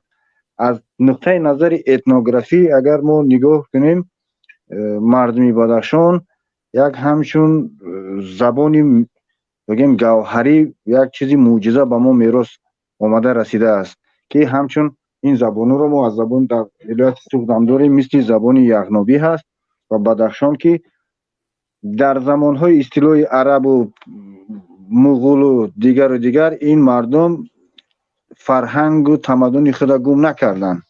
حال امام علی کی شده است که میاد میخواد فرهنگ این چیزا را نابود سازه به سر این مردم ظلم کند؟ برادران متحد باشید، مشترک باشید در زیر در کنار مردمی بدخشان و صدا بلند کنید. ما همه یک تن یک جا هستیم، با مردمی بدخشان هستیم. ما شرف به همون مادر میگیم که همچین فرزندا رو برای ما امروز میراث گذاشت. این یک نمونه است، یک رمزی آزادی است برای ما. دیگر چیکار کنند ملت عزیزم؟ دیگر چیکار کنند که شما عقلتون به سرتون بزنند و بیدار شوید؟ وقتی که حکومت ظالم خونخوار میآید در خانه مردم آدم میکشد، باز دست درازی میکند، زبان درازی میکند، ما دیگر یک فرمولای دیگر یگون فرمولا نیست که ما خودمون حمایت کنیم از این حکومت. دیگر چی جوی چی است که تا نصف تاجیکستان رو بکشند بعد ما بخیزیم؟ این حالا نمونه هاش هست. برادرو کناره‌جویی نکنین، بی‌طرفی نکنین، متحد باشید در همه مشکل های ملت و مردمی بدخشان رو دستگیری. نه تنها مردمی بدخشان رو، همه مردمی که مظلومی که در تاجیکستان هست بخیزید صدا بلند کنید.